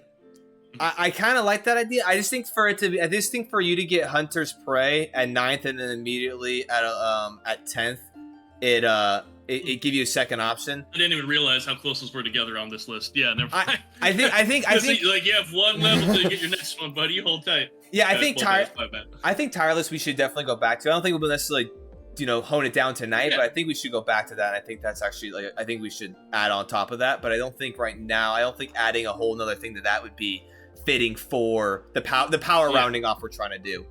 For sure. Yeah, we can come back for sure. But what I was thinking, kind of going into what you were saying, is so obviously 11th level subclass feature.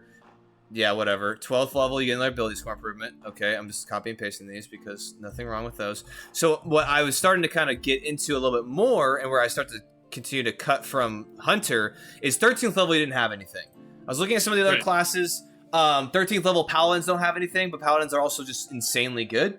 So I wasn't too worried about it. I looked at a couple other classes, and a lot of classes do have something at 13th level. So what I was thinking was at 13th level to continue that kind of power creep to kind of bring Hunter up, is I was thinking you could then take a defensive tactics, which is from go down to page 47, defensive tactics from Hunter, where you get the option of evasion, Hunter, sleep, or uncanny dodge. Obviously evasion, like Rogue's evasion. Hunter sleep is the only one that's kind of unique. If an enemy you can see enters a space within 5 feet of you, you can use your reaction to move up to half your speed without provoking opportunity attacks.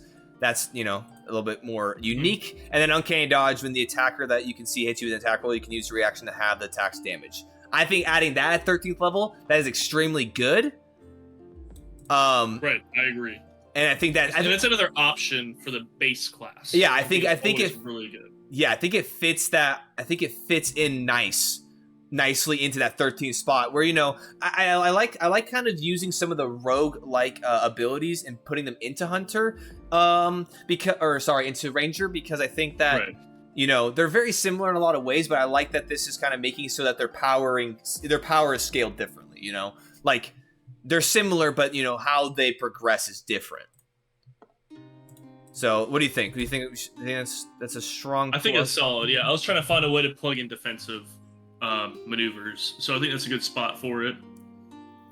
Yeah, especially since for me, 14th level Nature's Veil is a uncharacteristically good ability for the Ranger. So something at 13th level, which is already pretty good, because I personally don't feel like 14th level needs to be changed. Hold on, let me back up to 14. Yeah, go ahead. Invoke the spirits of nature to magically hide yourself from view as a bonus action. You can give yourself is that 14th? Invisible condition.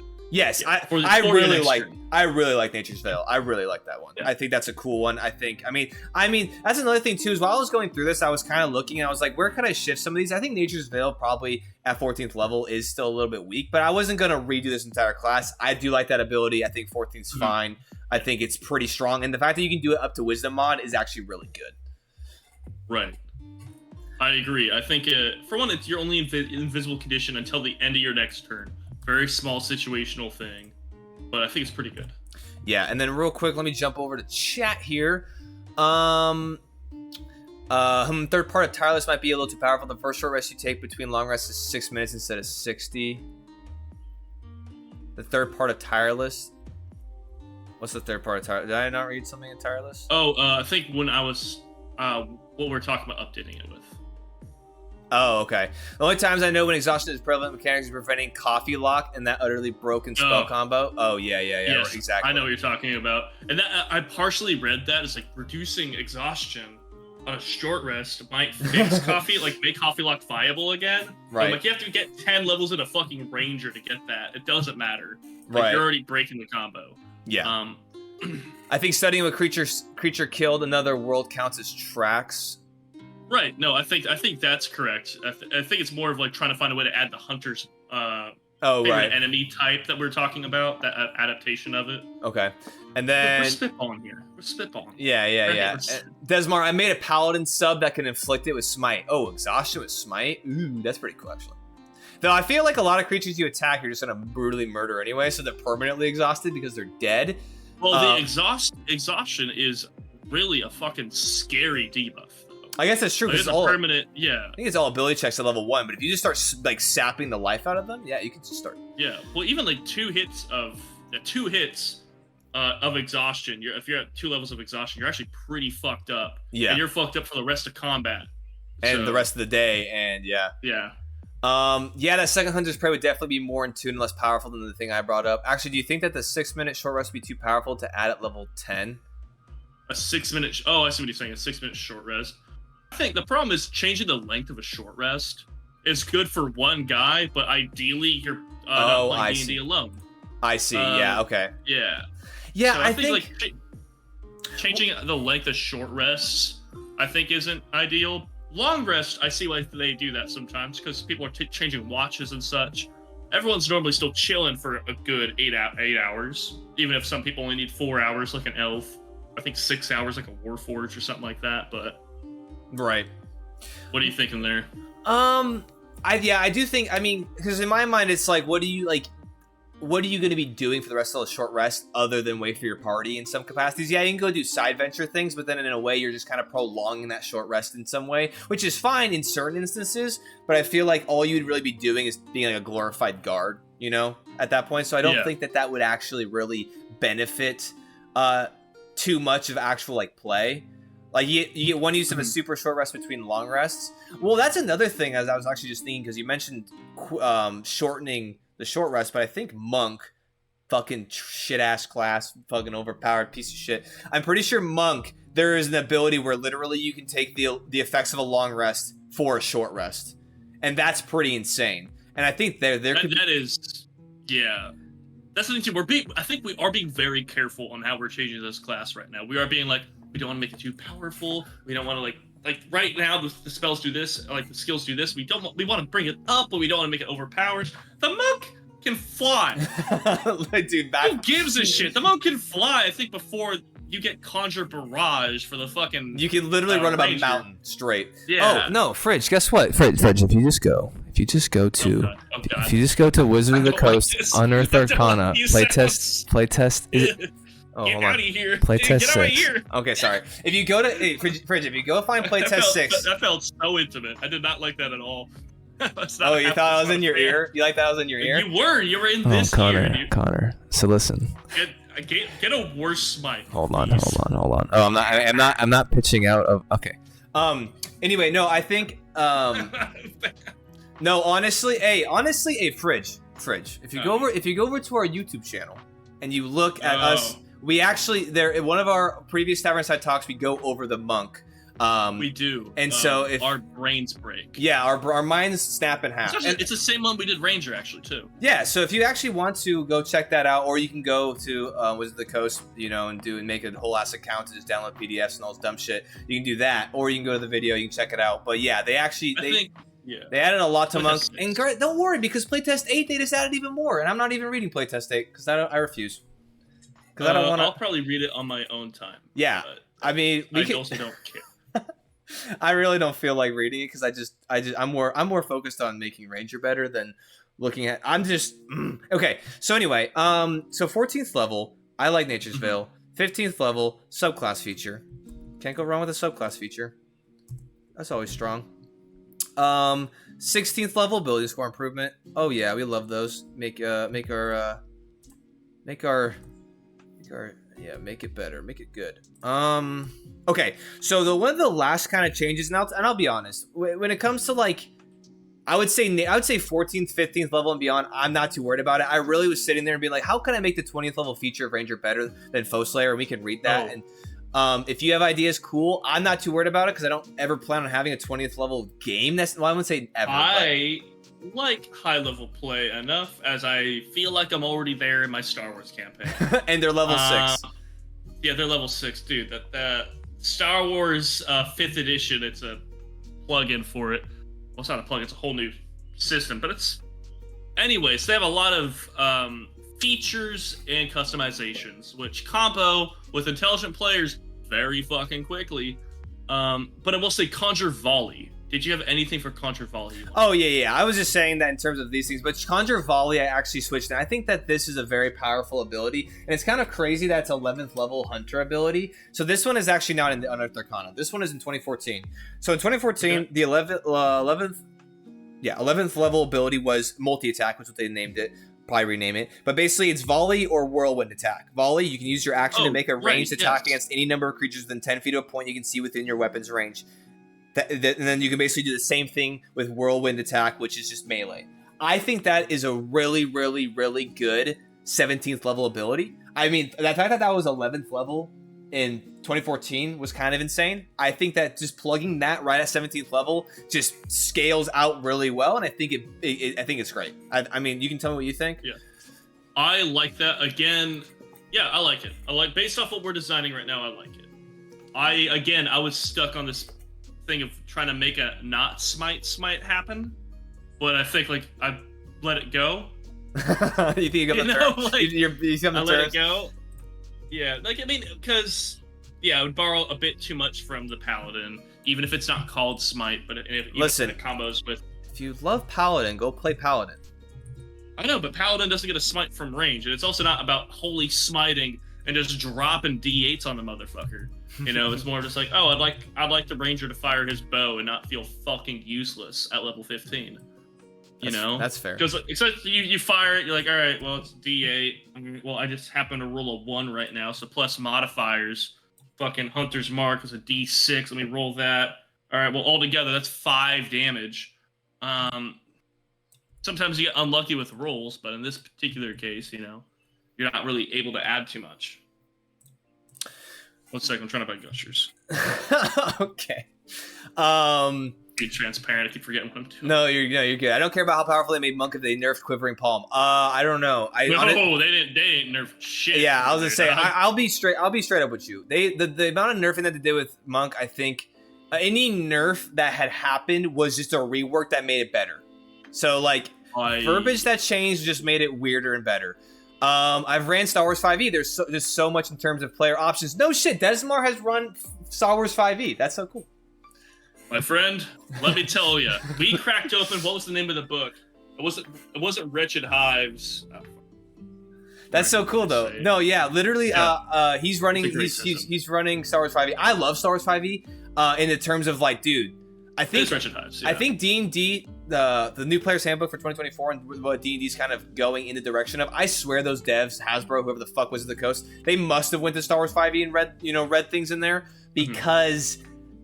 They're like, I would say that the future of D&D is looking a lot like Star Wars 5e. The amount of options that they're giving for characters, like to Star Wars 5e, bro, your first level, dude, they're like, hey, here's 500 options. Choose, third level, you're like, here's 100 more. It's like, it's so cool because it gives so much agency. It's a pain in the ass for our boy Connor because he's over here juggling 10 billion things. Yeah, it works out very well because you're like, oh, I put up a good, reasonable boss and a bunch of minions in a room, and someone's like, all right, so I'm using this fighting style. My weapon has these 3 abilities on it. Actually, so-and-so is using their subclass ability to give me an extra attack. I'm gonna run in that room. I dropped 7 motherfuckers in melee in a mostly range-based game. And you're like, fuck, I shoot at you. It's like, deflected, bitch. Like, yeah. Right, fine. Dude, Connor, one thing I remember with playtest 8 Monk, they can deflect melee weapons now. Wait, for Okay. What I will say if I didn't know everything else Monk could do in this system, that's kind of cool. That is kind of cool. I'll say that. Because just if you're getting to like a Kung Fu movie type thing, someone swings a sword at whatever one thought was the noble farmer. He just deflects that blade back into the guy's leg. You're like, badass. Yeah. But considering these guys can also fly, can't die, age at 1/10 of everybody else's take a long rest and a time of short rest. I think they get 2 extra saving throw proficiencies. I think like they get baseline getting saved. All right, we're not gonna go into it again. Let's fix Monk. Let's go. I think it'd be cool if Monk's strongest techniques came online a little sooner. A little sooner.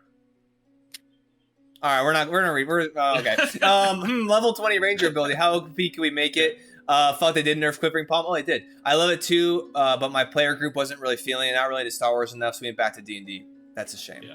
That's a shame. Well, it worked out for me. I made my own sci-fi system, and let me tell you, it would have been so much fucking simpler to just use Star Wars. Just try to find a way in your setting to make the Force work. I'm 40 sessions in, and I still don't know. Dude, I mean, yeah. There's a very striking difference, and I think it's good, and I think it's just that it's just that sci-fi. I'm glad there's a system out there like that. I do, you know what I'm saying? Like right. There's obviously a lot of different systems that you can choose from, and I do like that they have that one's out there, and it's kind of like a nice segue from D&D into a sci-fi setting. You know, it kind of has similar things, like similar grounds, whereas some other systems of for sci-fi might be just crazy different. I think it's a nice bridge. Right. Yeah, because I think for me, just to be for how I did it is Dimension 20. You know, all the games they run. They did a Starstruck game, which is sci-fi, in a setting that I'm not familiar with. Oh, that's badass. What system did he use? Star Wars 5e. Like, nice. Oh, okay. So I started from a place where it's like, all right, you don't have to do Star Wars. You can do your own thing. And I said, guys, what kind of setting do you want? And they said, we want it to be really depressing. And you're like, got you. We want it to be a dystopian fucking capitalist state. Got you. Hell this is gonna get sad. Let's go. Fuck yeah, we love that. But all the abilities they have, because I know, I think Logan said it last time we were on here too, talking about the specifically weapon customization that you get in that system. Yes. Bring it into D&D, straight up D&D, and making it like something that like almost like you have a more intimate relationship with either a blacksmith or a forging system in D&D. Whether it's you have a home base, there's a blacksmith there you keep going to so that way you don't need to find an ancient weapon in a sarcophagus, a paladin of a dying god to get that flame sword. You can you take it to a blacksmith to modify and update and upgrade it, and then maybe to an enchanter, or maybe your own character puts magic into a weapon. Which is before in D&D, I don't think, like, even if your background was, I have my family's ancestral sword, it was cool. You're gonna find a better sword in the cave in about 10 minutes. Yeah. Find out how important that sword is to you, because. No, I agree. I think it'd be cool if you messed around with that. I think obviously guns make it really easy because it's like, what the fuck what can't you add to a gun? But I think it'd be cool if there was. You can add a sword to a gun. That's true, but you can't add a gun to. Well, no, that's not true. You can do that. You can. We found a way. I remember I was actually messing around with adding draw weight to bows and having that be a thing, and I thought that was kind of cool. Isn't that the strength? Like a strength requirement? Yeah, for it, a strength requirement for it, and adding certain things. But I think what's kind of hard with D&D and fantasy stuff like that, I wouldn't say hard, but it can get kind of convoluted a little bit.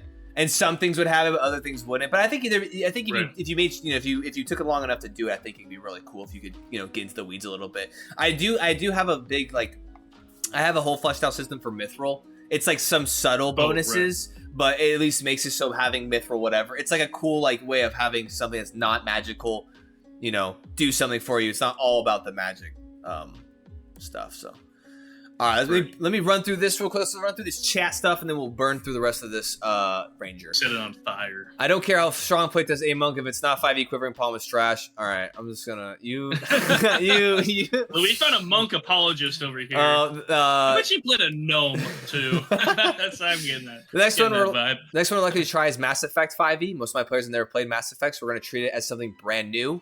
That's fun. I like that. I didn't even know there was. I haven't looked into the system though. Yeah. I didn't know it was a Mass Effect 5. Yeah, that's pretty cool.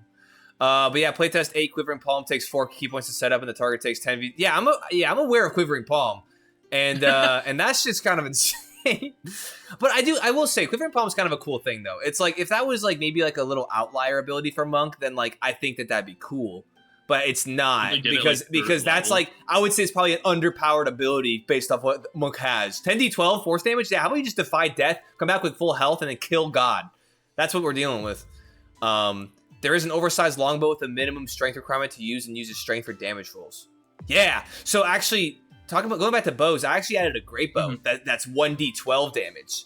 And that has a strength requirement too. It's just basically a massive fuck-ass bow. And you have to have a strength requirement. A massive fuck-ass bow. But yeah, it does a d12, so it kind of rounds it out. So you can kind of have that higher echelon of damage. Yeah. And then I remember you were bringing that up to me, yeah. Yeah. I was at that, during the Frost Trail, I was thinking, it's like, oh, how can I break the game you want to play, which is survival? I'm like, oh, I could play a fucking Goliath Ranger. And you're like, low-key, you can't do that. Here's a great bow you could use as well. I'm like, that's pretty cool. Still not going to use it. Okay, let's finish. Okay, so Conjure Volley, we'll switch to multi-attack. I think that's a good swap. I think that multi-attack is insanely good. So I think that's cool. Feral Senses, your connection to the forces of nature grants you blind sight within the range of 30 feet. Like I was saying earlier, like 18th level for that, kind of mid. I'm not too worried about changing it, only because I'm not too worried about this high of play. I think it's a cool thing though. Blind Sight's really good. It is. However, blind sight within 30 feet, that's pretty big range for blind sight too. It's just range for blind sight. I guess that's true. But 18th level, you know what I'm saying? That's where it's like kind of loses. Well, I mean, you're also, if you're playing a ranger who survived to 18th level, like you got side there. But no, I think it's reasonably good. Obviously, it's more of, and in my mind, if you're playing a ranged ranger, as you likely should be in my mind, a range of 30 feet, it's already too close to you by the time this would proc, by the time this would help you. But there is melee ranger, and melee ranger, this might be incredibly good, especially since blind sight. There's also blind fighting style too, which is Go ahead. Well, I was just gonna say, I'm pretty sure blind sight, if I'm not mistaken, I think you can detect invisible creatures. I think, right? Yeah, so you can definitely invisible creatures. Yeah, so that's better than I think. I'm just thinking like, oh, you can't be blinded, but I'm pretty sure blind sight, like if anything is stealthing or hiding or invisible or whatever, you can like feel its presence or it's there. So that's actually pretty cool. I do like that. Just to make sure, I'll read it right here. A creature with blind sight can perceive its surroundings without relying on sight within a specific radius. Creatures without eyes, such as oozes, and creatures with echolocation or heightened senses, such as bats and true dragons, have this sense. That didn't tell me a lot of anything. You don't need to see it. It just kind of told me what it also afflicted. But no, blind sight is pretty good. But you're right. It does also, if they're invisible. I think of it, the best way I can think about it is Daredevil from, obviously, Marvel. Just having like echolocation almost. You can see what's there, not what is reliant on sight. Right. Yeah. I think it's cool. I think it's a cool addition. I mean, it's not anything super crazy, but I think I agree. It's not insane, but okay, if they got it at 3rd level, it'd be fucking bonkers. Right. Where you put this would be kind of insane. Yeah.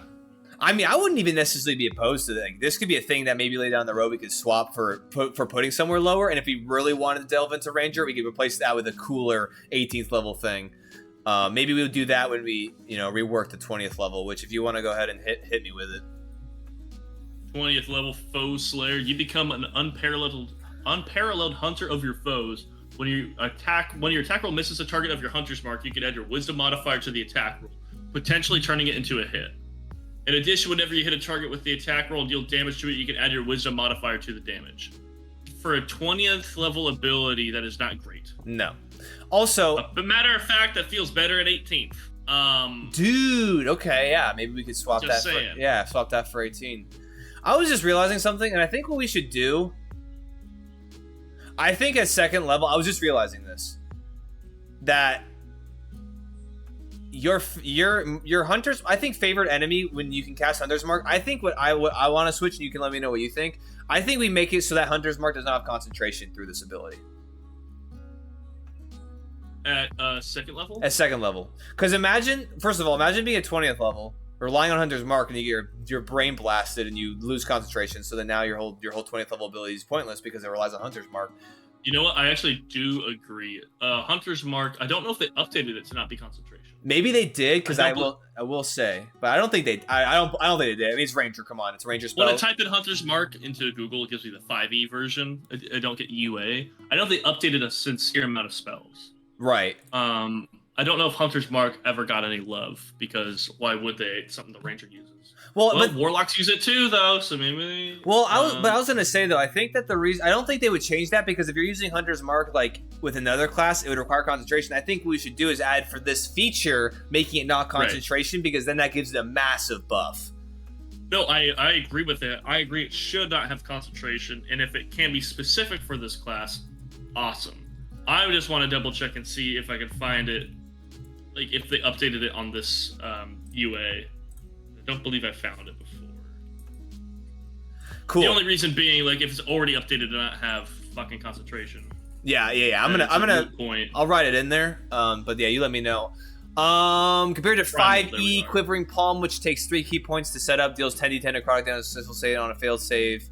Okay, roll me. Wait, what? Compared to 5e Quivering Palm, which takes. Oh, they changed. Oh, so before it was 10d12 on a failed save, and then.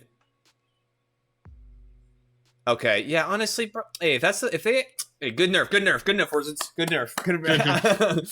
I'm not gonna lie, I can't sympathize for you because Monk is already unhinged.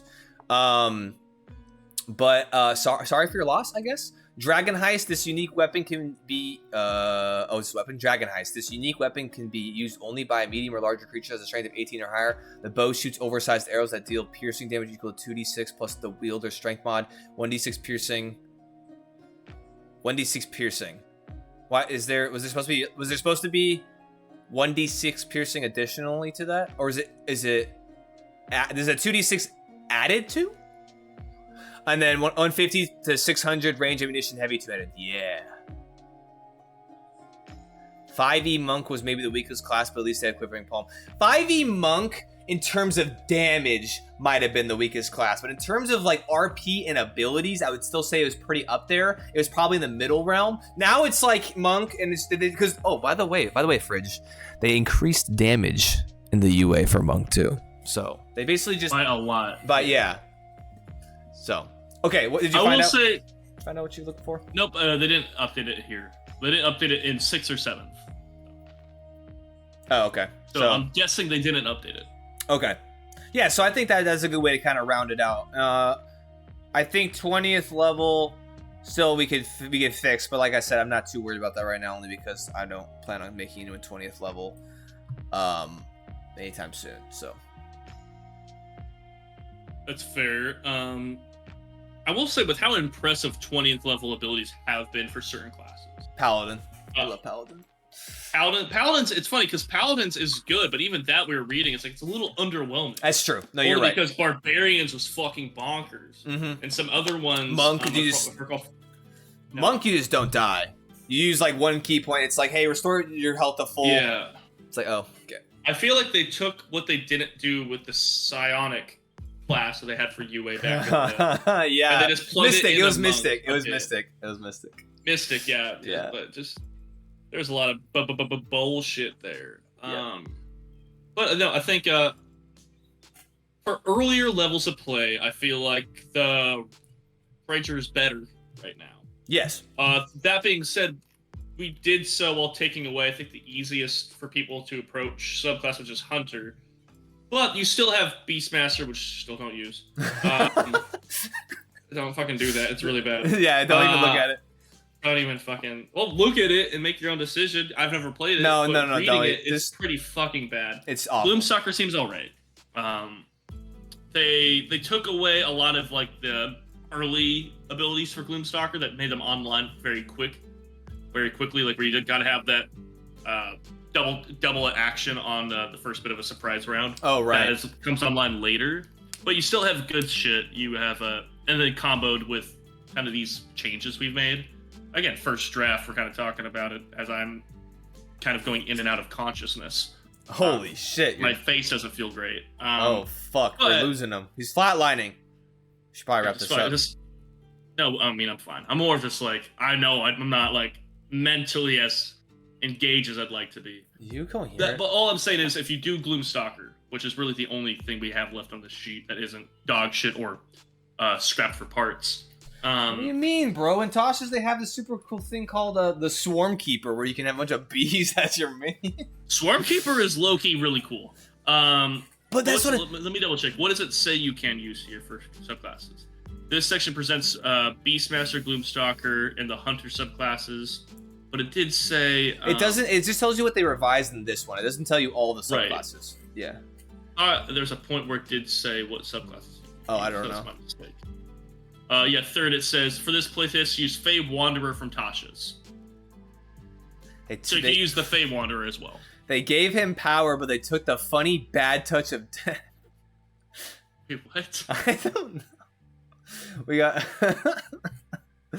They gave him power, but they took the funny bad touch of death. that sums up Monk. Yep. I think they gave him the bad touch of death. That was fucking funny. In droves. But no, the Monk right now, if you go through I believe it's on this playtest as well. I love how like inherently, I love how it was like we were talking about the worst class, so inherently we had to talk about the like most like biggest like most frustrating overpowered class, like inherently tied together. They are together. Yeah, here, let's go ahead and just go up. I just want to real quick highlight something. Let's see. Where was it? Oh yeah. Here. Okay. Yeah, it's on the same one. Yeah. So while Rangers are learning how to go through terrain better, they're deflecting missiles. They're punching someone 400 times in the noggin. They're falling at basically infinite height. Yeah. Slow fall is a level 4 ability. Yes. Stunning strike. You can just stun something. Empowered strikes. You can basically just do force damage, which negates all resistances. So you're just like, fuck it. Evasion. You just dodge shit. Higher metabolism. Just negate. Oh no, sorry. This is the one where you spend 1 minute resting. You can give yourself all the benefits of a short rest. Oh, it's a short rest. Right. That's still insane though, because I think you get all your ki back on a short rest. So that's basically. Oh. That's interesting. Just a point of order here. Strength and dexterity are the saving throws of the monk, because we said it might be wisdom. But this is strength and dexterity, same as the ranger. Is it really? Initially. Yeah, wow. That surprises me a lot. It does surprise me. Acrobatic movement. You can just run across some water. Self-restoration, a bonus action. Just don't be poisoned or frightened anymore. Oh, also, in addition, foregoing food and drink doesn't give you levels of exhaustion. You just don't have to eat anymore. Deflect energy. You just don't give a shit about spells. Disciplined survivor. You have all saving throws, essentially. Perfect discipline. Oh, that's actually kind of whatever. That's what it was. I was trying to say there's something else with saving throws, and it's... Yeah, it's I thought they got like 1 or 2 extra ones. They did. No, it's all of them. It's all of them. Yeah. My favorite one, though, is literally just level 20. Defy Death. If you drop to 0 hit points, you can spend only 4 discipline points. Roll 4 martial arts die and add the dice together. Your number of hit points instead just changes to the total rolled. Each time you use this feature after the first, the discipline point cost increases by 2. So the best part about this is that you can literally just not die. Heal probably on average maybe 10 to 20 to whatever it was hit points. And then also you can just do this like 5 times. What the martial art die is. The martial art die now is a d12. Yep. So you roll 4d12, and that is the HP you get. And then I will say you have 20 discipline points. So you can wait. So this is 4. So 4, 6. So that's 10, and then 8. 6. So you can do it 3 times if you had full points. Assuming you're not doing anything else. But there's also things on this list that give you discipline points back a little bit, if I recall. And then I think, you roll initiative, you can... Oh, yeah, when you roll initiative, you gain 4 expended discipline points if you have none remaining. So that literally gives you the ability, if you have none, to do this. Also, this is base class, too. Don't even... Like, if you read Warrior Shadow, you read literally anything... Like, that's what I'm saying.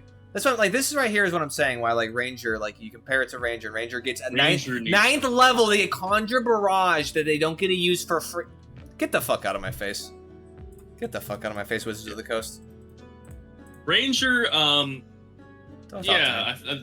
didn't get love. It's the middle child here, and it's a half caster. I get it. It's literally the middle of the road.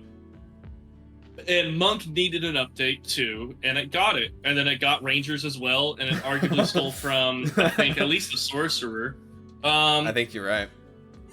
But no, I think the Monk does not need all the toys it has. And the ranger does not need the toys the monk has. The ranger just needs somebody to give a shit a little bit about it. Which only from a balancing standpoint, because I think, again, just to give credit where credit's due, Deft Explorers is really good. It's fun, flavorful thing. Yeah, early game. With favorite enemy, I will say I came out hot saying I don't like the Hunter's Mark thing with it. But that isn't because this favorite enemy's bad. It's just because I know down the road there's so much shit as you level up. I'm trying to fix it up on the top, you know? Right, exactly. But Roving I think was a good thing. I think we kind of did that though. I think that's why I was kind of telling you. I think what you were looking for like the early game, I think fixes a little bit at 9th level and kind of going on, right? Because I think early game, you know, the favorite enemy I think will kind of bring it up, kind of brings you up a little bit. In the early game, and then you know we added and you can actually also get an extra attack too as a half caster. You know that's already also pretty good. You get 2 attacks. That's the thing. You're as a ranger at 5th level. I think by 9th level, the rogue is still going to outdamage you. Right. With their sneak attack. Right. And the ranger has no way to do more damage aside from possibly spells, and they get some dog shit spells. Right, but that's kind of the problem because the paladin can make up for it with smites. Yeah, all day, every day. The other half caster, I mean, arguably, if you want to throw him in the definition, is warlock, but he's not really a half caster; he's a full caster. He can do shit tons of damage. His Eldritch Smite grows with him. He has pretty good spells. He gets access to some pretty powerful spells. It's just like a very limited number. Yeah. Whereas Ranger is like made to shine up until you hit about 5th level. And by shine, I mean he's just not sticking out by like a sore thumb. He's just part of the parade. And then as the parade keeps going, he stays the fucking same. Well, he did. That's really it. Like, Tireless is a bit. Nature's Veil is better a little bit. But they're both like, you get this small thing. You get this small thing. It's like, cool. Can I do my shit better? It's like, not really. But, like, here's a token. You can spend that wherever you want, kid. Like, yeah, but I think it's just there isn't anything that good. Yeah, and I think that is kind of tough. But I will also say though you can also that's why I do like that we kind of ripped out of Hunter and we kind of just negated Hunter. Is I think that Hunter was like the go-to, like you were saying, and I think that embedding that into the class itself, I think honestly really makes it so that you can choose other abilities and kind of dabble in more specialized things. You know, I will. Looking at this, that's a good point though. Looking at this, based off what I just said, I almost want to throw the Foe Slayer into level 9. Like, that's how badly I feel like the Hunter needs something to make them do more damage. Foe Slayer? Foe Slayer? Just taking Foe Slayer just to level 9, all the way down there. Just getting that refresher of what Monk has. Monk is the worst offender. And Offender's not even fair. Monk just got the most love. You know, but like Foe Slayer, letting it actually help you instead of getting it at level 20, like, all the way down there. No, I agree because I mean you get Hunter's Mark, and the only thing that capitalizes on Hunter's Mark is literally 18 levels away. I think what we could do is we could probably drop. I mean, shit, I would say you could probably drop Foe Slayer lower than that. I don't want to put it like so low that they get this. Honestly, Foe Slayer, when you consider it for mid-tier games, like anything between say 8 and 12, that's just ballpark numbers, is a pretty reasonable ability. Like, it's on the high-powered side because it lets you do 2 things, and you can do both of them on the same turn without any drawback. Did you miss your Hunter's Mark guy? Add your Wisdom modifier, which honestly is not that fucking good. You got like a +3 or something to hit. Yeah. Okay, cool. Then you might be able to hit him or not. Then you get to add that damage as well. It lets you do both those things at the same time, but the result of that is you're hitting a little bit more often and you're doing more consistent damage. It isn't that good. What if it... I don't want to add it necessarily to Tireless. Because I like Tireless, and I kind of want to keep the concept of Tireless kind of consistent when we add something there. But I was even gonna say earlier, I was even wondering maybe if we shifted this around in the sense of like maybe if we just drew back some of the maybe if we, instead of 9th level is where you first get is where you get Hunter's Prey. Maybe we drop Hunter's Prey down. Well, I think on the list you get at level 3, so maybe that's something not that low, but maybe. No. Yeah, if you took the Hunter subclass, you would get it at their level. Yeah. I would maybe even It could be thrown in with maybe 5th or something. Well, so 5th we added quick hide. Oh, right. Maybe in that case, level 7 or 8. So it comes along with your other subclass feature, which could be pretty nice. Let's read the only subclass worth looking at real quick, see what they get. Level 7 for the Gloomstalker, you have a honed ability to reset the mind-altering powers of your prey. You gain proficiency in wisdom saving throws. If you already have this proficiency, you gain proficiency in intelligence or charisma saving throws, your choice. That's all right there, but if that came there, then also you got the ability to do Horde Breaker or Colossus Slayer. You know, that I don't feel like that'd be like a weird power grab there. I don't feel like you'd be getting a lot on one level.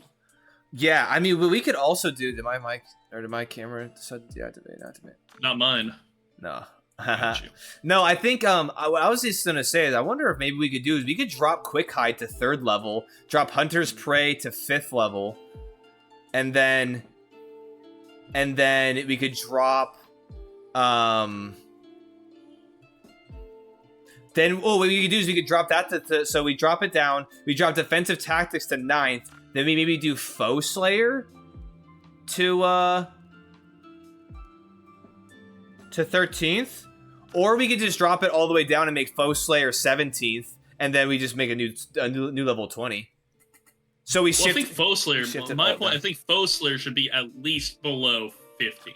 Okay. Least. So you want it? We can make that 13. Only because Foe Slayer. Because I mean, read it. It's fine. The ability's fine, but it's not fucking good. Yeah. Like, because it's for a level 20 ability, it is hog shit. It's really bad. But even looking at it, like, next to a Conjure Volley ability, yeah, it's better than that. Right. But we are comparing, Ranger to Ranger. I think Foe Slayer, yeah, like if it was something like 13th level, as you said, I think that's reasonable. It's not that low. We could, and then as you said, kind of shift the other ones that we had, kind of added it just each down a tier. I don't want. Well, so the thing is we added at 3rd level Primal Awareness for those free spells. So I don't want to tack that on to 3rd as well. We could do. I mean, I think maybe we add it to Roving. We add it to 6th. Oh, yeah, there you go. Roving, because Roving is a good ability, but there's no reason it can't have something else. Yeah, let's go ahead and okay. So I guess that is part of the problem of what we're trying to do a little bit here. You're trying to. It's for me. I'm realizing design-wise, I'm like they have abilities here. I just want to either tweak them or add small things to them or shift their order around. And I'm realizing what's happening is we're ending up with a lot of small abilities that aren't doing a lot. But there's a lot of them, but none of them are really doing a ton. I mean, I don't know. I think if we shifted all the hunter-based things that we added down to where you can actually hit them earlier, I think that would actually do a lot more. Because I think so. To hit 9th level to even have one of these. Okay, so I'm gonna mess with this here. I'm gonna do this. I'm gonna make 9th go down to 6th.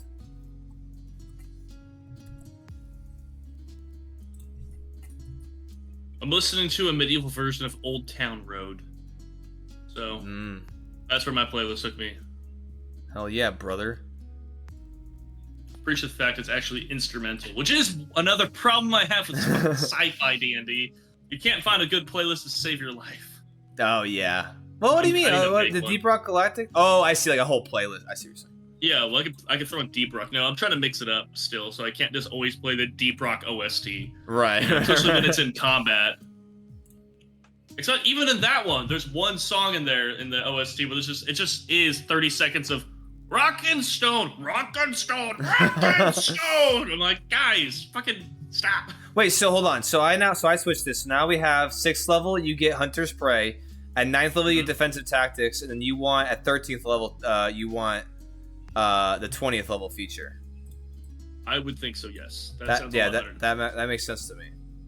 And I think that actually works too, because I think 17th level because if you think about multi-attack at 17th level, that's really powerful, because if you do Foe Slayer, well, I guess Foe Slayer only, that's the thing too, is I just realized Foe Slayer is only for your hunter marked target. That's it. That's one person. Half this shit is about Hunter's Mark. When you get into certain subclasses. Yeah, no, I just realized that I'm over here thinking like, dude, it's so much extra damage. Dude, it's your Hunter's marked creature. That's it. But that is part of it too, which is what kind of like that ability is kind of what made me pull back from trying to find a smite ability with Hunter's Mark. Because that's it. Is it smite? No, but it's more consistent damage off of Hunter's Mark.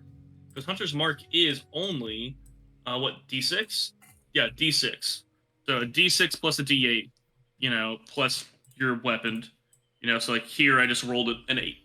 8 total. That's pretty good. Is it changing the game? No, but you're contributing more. Right.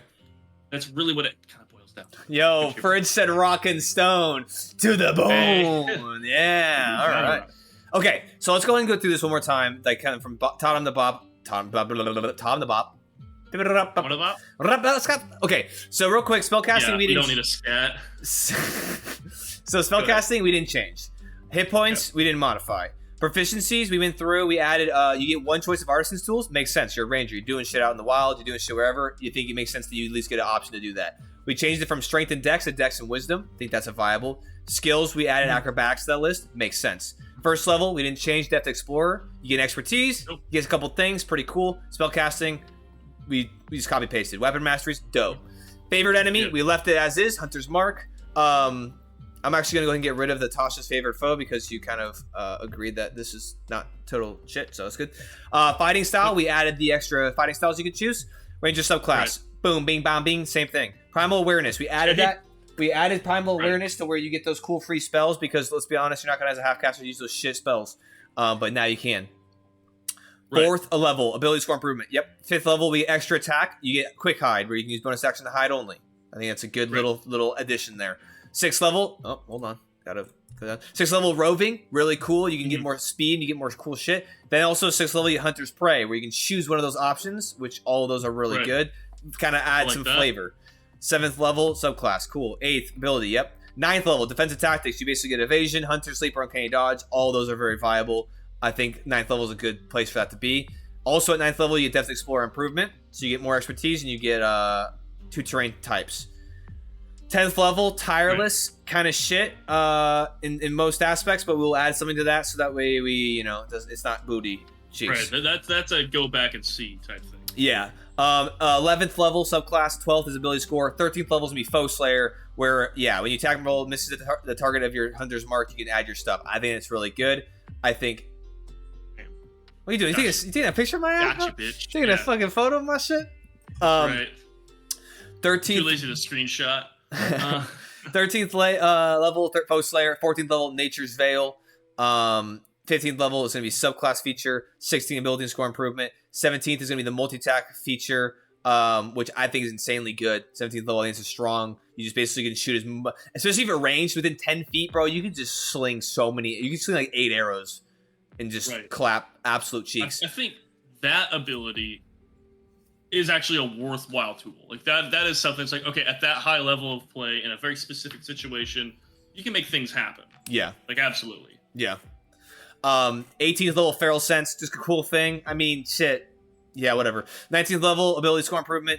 20th level. What is just before we kind of close out? Yeah. I think we should at least try to think of something. And you in chat help us out. You in chat. What do you think is a ranger 20th level crazy? Just like you're him. You're peak ranger. Do whatever the hell you want. Right. Well, I think for any amount of reasonable through and through. Whoa, hold on. 20th level for rogue. Go ahead. What if it was like what if it capitalized again on Hunter's Mark and you could cast it on like up to 3 targets or some crazy shit like that? That could be good. I think the thing with Hunter's Mark though, you're normally singling out single target damage.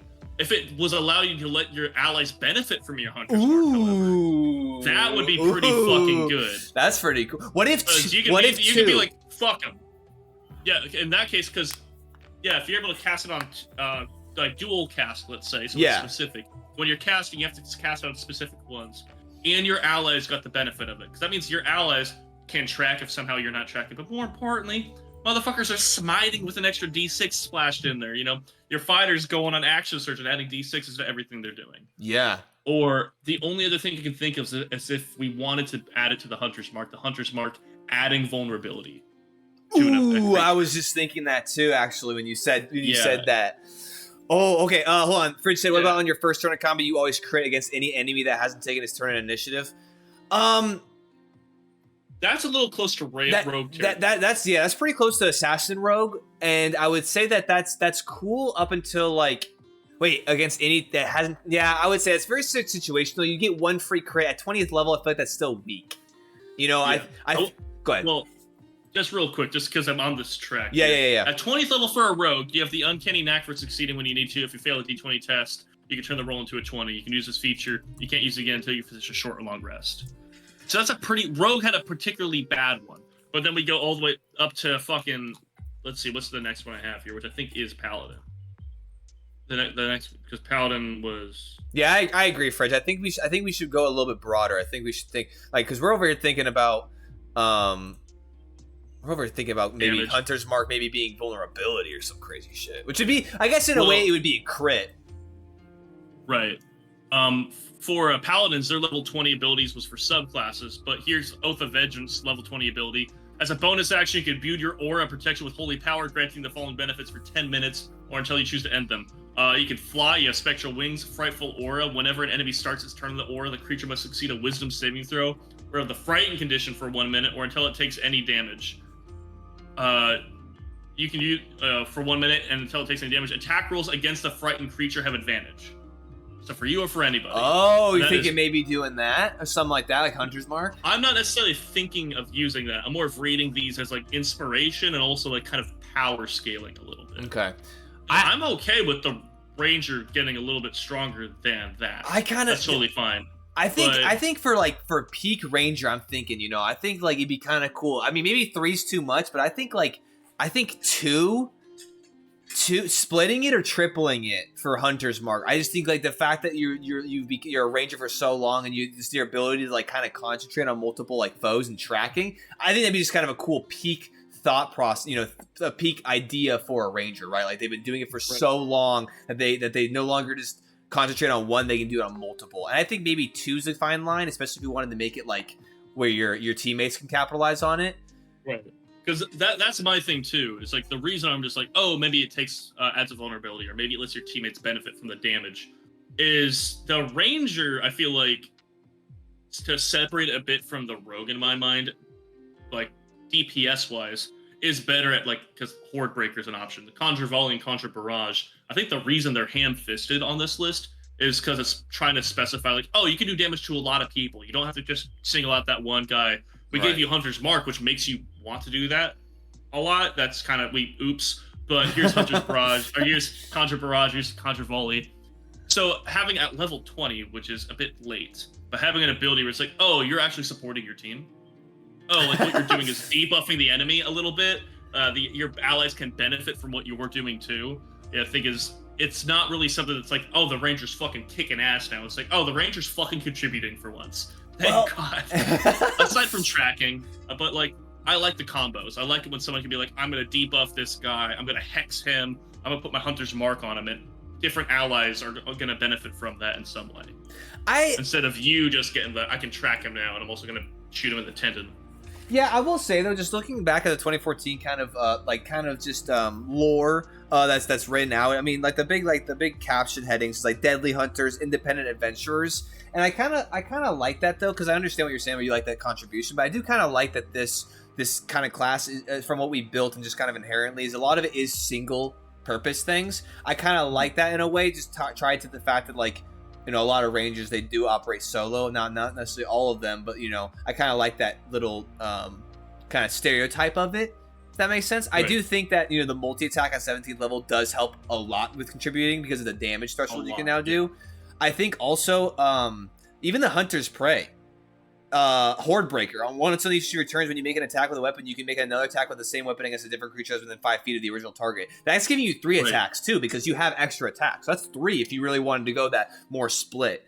And I like that we added this in too, because I feel like this gives it almost a little bit more of an individuality than people being like, oh, I'm playing fighter but with a bow because Ranger sucks. I like that now we're kind of almost scaling it up to where Ranger is viable, because they can do a lot of that melee damage, or those weapon attacks, but also has spells and also has its own unique kind of niche. Right. No, I think, and that's the thing too. Shitting on the abilities at 9th and 17th level of Conjure Barrage, Conjure Volley. The spells themselves are fine. They're okay, and they're worth using. You get them late because you're a half caster, but for Conjure Volley, which is a 5th level spell, each creature in a 40-foot radius, 20-foot high cylinder must make a dexterity saving throw, taking 8d8 damage on the failed save. So, reasonably high damage. For a level 5 spell, maybe not, but it's also a large area. So that's pretty good. That's an optional spell to use. You're getting it at 17th fucking level. So there is kind of, it does depend kind of on the game you're playing, really. Because if you're hunting big monsters often, this isn't helpful. If you're like, every once in a while there's a tribe of kobolds that are getting a little uppity and don't want to pay taxes. I'm just assuming you guys are overlords. Just a bunch of BBs in their fucking tent. Oh shit.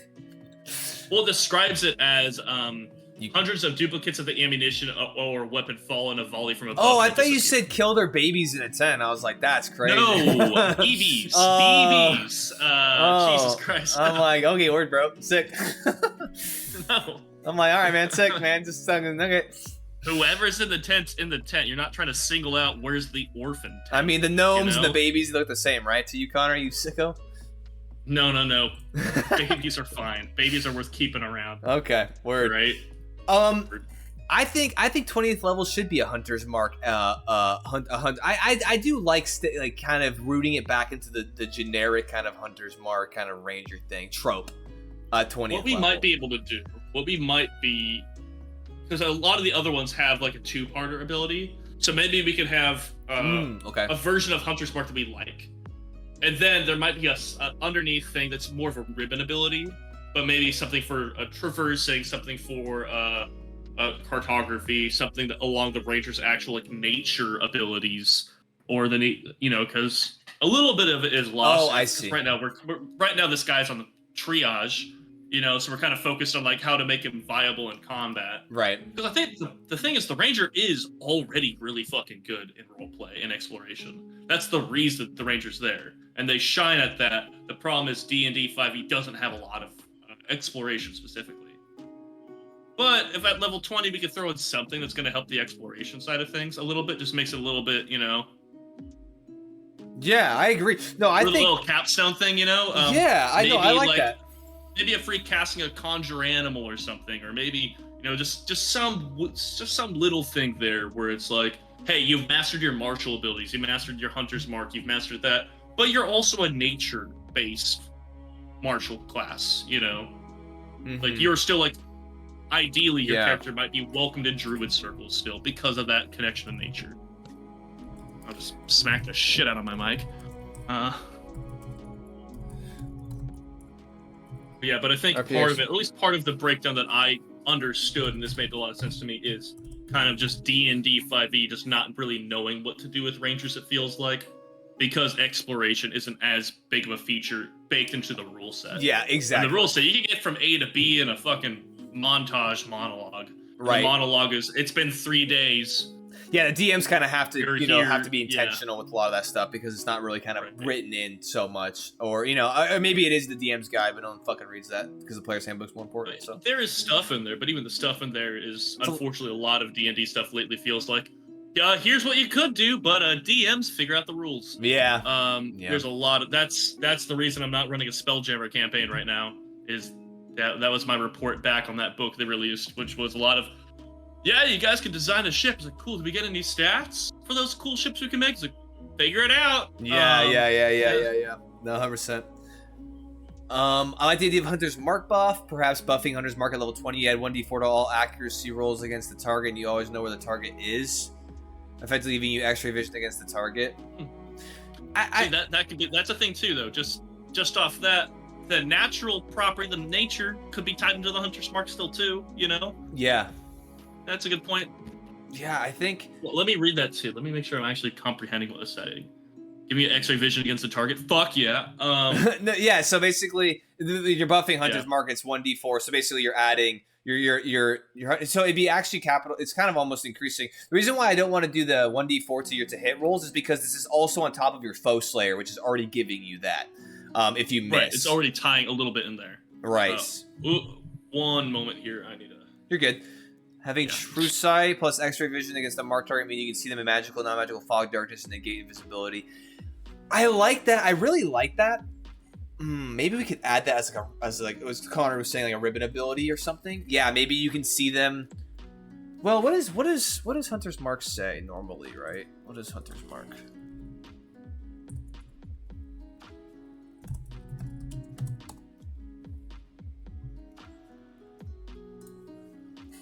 You guys aren't really gonna be able to see a whole lot of reading.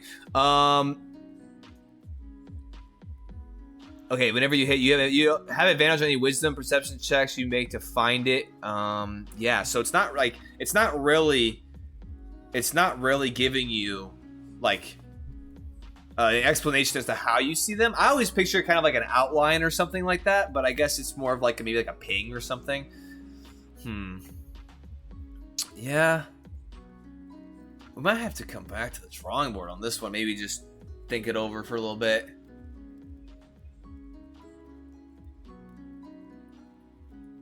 If you want to have it make it a pick one option, you can have this alongside other Hunter Marks buffs.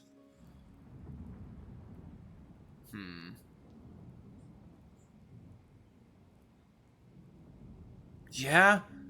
You're muted. Okay, we're back. You're back, baby. Honestly, I think maybe we should come back to this a little bit. I feel like it might take a little bit of troubleshooting to get it. True Sight exhibition against marked target. Okay. Well, you get blind sight already out to 30 feet. There is that. I don't know if you mentioned that. Oh yeah, that's true. I forgot. I mean, Hunter's Mark you can cast 90 feet away, so they don't have to be within that range. Yeah. I think a really powerful version of this is being able to split it to two people. I really like that idea. I mean, we might differ on that, but I like that you're like, I love the split idea, and I'm like, I really love the party buff idea where the party gets a benefit. You know, so I think somewhere in here, and then also trying to find a way that like tying it a little bit more the environment a little bit into it, as I think I keep seeing recommended here by our main man Fridge. That could be. There's something within those three that you can bake down and get a decent level 20 ability without it being just balls to the wall insane. Yeah. Yeah. An alternate Hunter's Mark buff. Oh, sorry. What were you saying? I was going to say let's make it insane. Oh, yeah. Let's just make it so you just one tap. If a creature is not taking damage this turn, you kill it instantly. Boom. Ranger. You shoot in the eye and you kill it instantly. An alternate I feel like you see that all the time on Reddit, where people are like, yeah, dude, my party killed the Tarrasque at level 3. What'd you guys do? Well, we have a homebrew nuke. So what we did is, it's like, okay, well, fucker, that doesn't count. Yeah. That's exploit. Those are cheats, my guy. I'm glad you guys had fun. You know, like, that's the important thing. But you also didn't fucking kill the Tarrasque. Yeah. An alternate Hunter Marks buff at level 20. Hunter's Mark can target number of creatures equal to the level of the spell slot used and no longer takes concentration. And a third Hunter's Mark buff, pick a number of allies you can see within range equal to the level of the spell you sought to use to benefit from your Hunter's Mark. Ooh, I kind of like those. So I like those, but I don't like that you're using spell slots because you're already a half caster. I wanted to kind of play off the ability that you already are getting at. I kind of wanted to all ramp, right? So I want favored enemy where you basically you get the Hunter's Mark spell always prepared, and then you don't have a concentration for, you're not requiring concentration for a Hunter's Mark. So automatically you get to use it for free. You don't have to concentration. Then I forgot we did add the concentration thing as well. Yeah, then Foe Slayer 13th level, we made it so that you can basically, the chance of you hitting your marked target is higher, you do more damage. Super cool. Now I want this one to be... Here's another thing. Go ahead. No. Yeah, hit it. Just Beastmaster, which I don't like a lot. I never really liked it much, but especially this version, I wasn't a huge fan of it. Yeah. One of the things they do is they say for Bestial Fury, your beast gets the benefits of your Hunter's Mark. You know, so like that's already like, I think anything you add a Hunter's Mark, bare minimum for a Beastmaster subclass, you get the benefits of that with your buddy. Yeah. Bestial Fury you get at level fucking 15 probably. 11. Okay. So at that level, like whatever your benefits of your Hunter's Mark, that little fucking dude gets too. And the guy's he's a dog shit anyway. I really don't like what they did with Beastmaster. No, Beastmaster is just mid. What bothers me is his Primal Companion returns from Tasha's Cauldron to everything, which was well received. And me reading it, I don't like it at all. only because just so you guys know, what it does is it gives you 3 spells, like 3 options: Beast of the Land, Beast of the Sea, Beast of the Sky. They all essentially are a type of fey creature. Let's see. Yeah, it's a generic creature, and that's dumb. Yeah, I don't like that. Which it's like you can make it in your mind. It looks like whatever you want it to look like, and I get it. But in my mind, it's like I want to find a fucking wolf in the woods and make it my buddy. You know, like I want it to be a flesh and blood thing. Right. I understand. Like there's like, oh, it's gonna be really sad if it fucking dies though. And I was like, well, that's why I liked Crown of Candy, because it was really fucking sad when the Rangers, spoilers, when the Rangers beast got fucking splattered across the church wall. You know, it was pretty rough. Hell yeah, we love to see it. You didn't see it, you heard it. Oh, word. Yeah, no. It was even fucking worse. So so Fridge. So we kind of spliced it together a little bit. Favorite enemy now. For Rangers, you're adept at focusing on a single foe. You always have the Hunter's Mark spell prepared. You can cast it a number of times equal to your Wisdom modifier without expending a spell slot. And we added not requiring concentration, and you regain all expended use of this ability when you finish a long rest. So that's where that kind of starts off, and then we move the 20th level ability down to the 13th level ability, which is Foe Slayer, basically, you know, this right here, and then where you can basically hit and do more damage better with it. But I do like what they're saying. So Fridge is saying basically we have like a couple different options where like at level 20 you can choose. Ooh, what if at level 20 there's like multiple options, and so maybe it's like, hey, when you cast Hunter's Mark, you can choose one of the following options, and it's like split it to 3 enemies, or maybe it's like the one enemy you choose, all your allies benefit from it, you know, or whatever it is, or then maybe a third one is like X-ray vision or some crazy shit where you can see through. Like there's like a splitting one, a target focused one, and like an RP one where you can see them through walls or something, so that, you know, it kind of enhances that. It's almost like X-ray vision. That'd be kind of right. No, I see what you're saying. I because I considered that. The only reason I wasn't, it's not really a problem with it. It's the only thing is I don't think any of the class has a split at level 20. That doesn't mean don't do it, right? But at like level 20, it's like you get this. This is what you get. Well, no. So what I'm saying is like each time you cast Hunter's Mark, you choose one. So you basically you can get all 3, but it's like, what do you want to do for this specific Hunter's Mark? Right. I like that, and I also like the idea of. No, I like that. It really just depends, and I guess let's get into the weeds of it now. Let's get into the programming kind of behind it. You cast Split Hunter's Mark, let's say, or actually let's make it simpler. You cast the X-Ray Hunter's Mark to track down that fucking dude. You just punch his shit out in the alley. You kill him. You look up. There's 5 more dudes there. So you have to recast the X-Ray one because that's what you cast originally. Or now that you get to transfer your Hunter's Mark as it is to another target, do you then get to go, I'm gonna split it? Ooh, that'd be kind of cool if you every time you change it, like if you change targets, you can choose a new one. It's level 20. Yeah, man, that's what I'm saying. Fuck it, we ball. Yeah, I don't see why not. Yeah, I think just adding the line there, if you write out all 3, you get to choose on your casting, and anytime a target's killed with Hunter's Mark, you can change which of the 3 you have done. The only thing is if you're splitting it, I would say both of them need a drop. Or there has to be some stipulation there. Yeah. One's up, and now this one gets X-ray. You know, you have to either wait for both or just recast that split to another person. Yeah, so we have splitting, friendly. I can't wait to just bully fucking Logan about this next time I see him. Hell what do you think about Ranger?